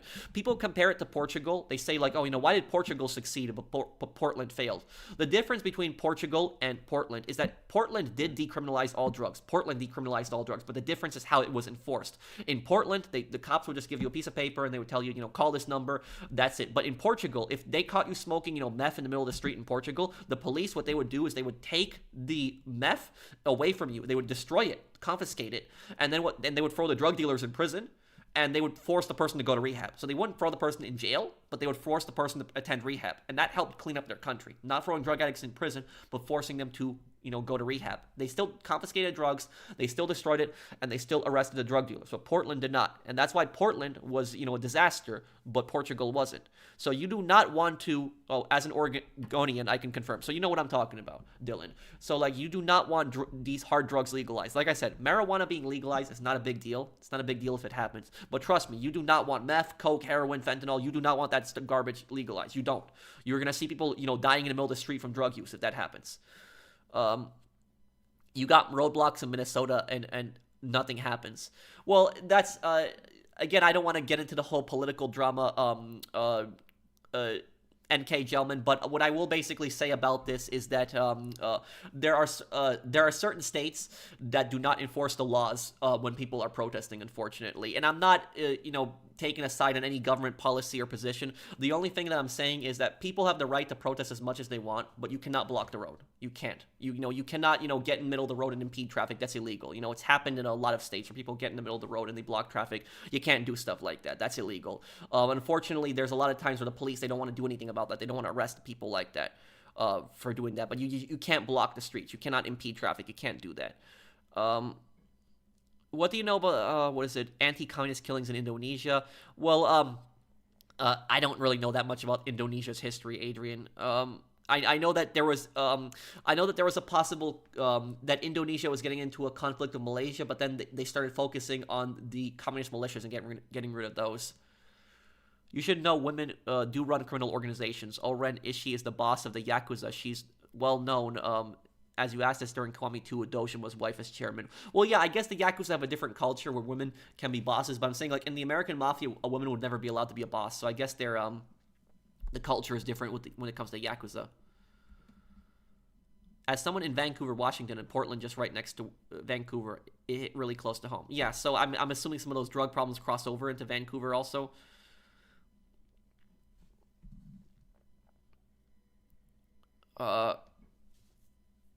But I guess we'll be leaving off here, guys. I'm gonna go to sleep here now. I ate dinner already before the stream, so I don't gotta eat dinner. But I am really tired. I'm probably gonna have some water and then go to sleep. I did kind of fix my sleep schedule. Any countries you want to go on holiday to? I wanted to go to Hokkaido, Japan, and I've always wanted to visit Poland. I haven't visited Poland since 2010.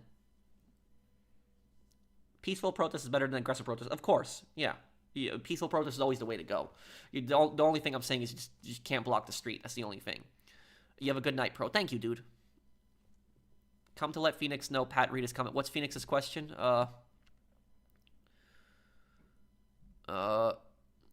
What's the question? You should know women do run criminal organizations. Oh, that was that. Okay. Yeah, so I read it.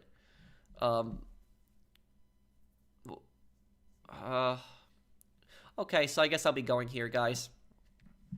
Thank you guys for watching the stream. If you guys enjoyed the stream, do drop a like, and I will see you guys on the next one. Take care, everyone, and have a wonderful day, guys.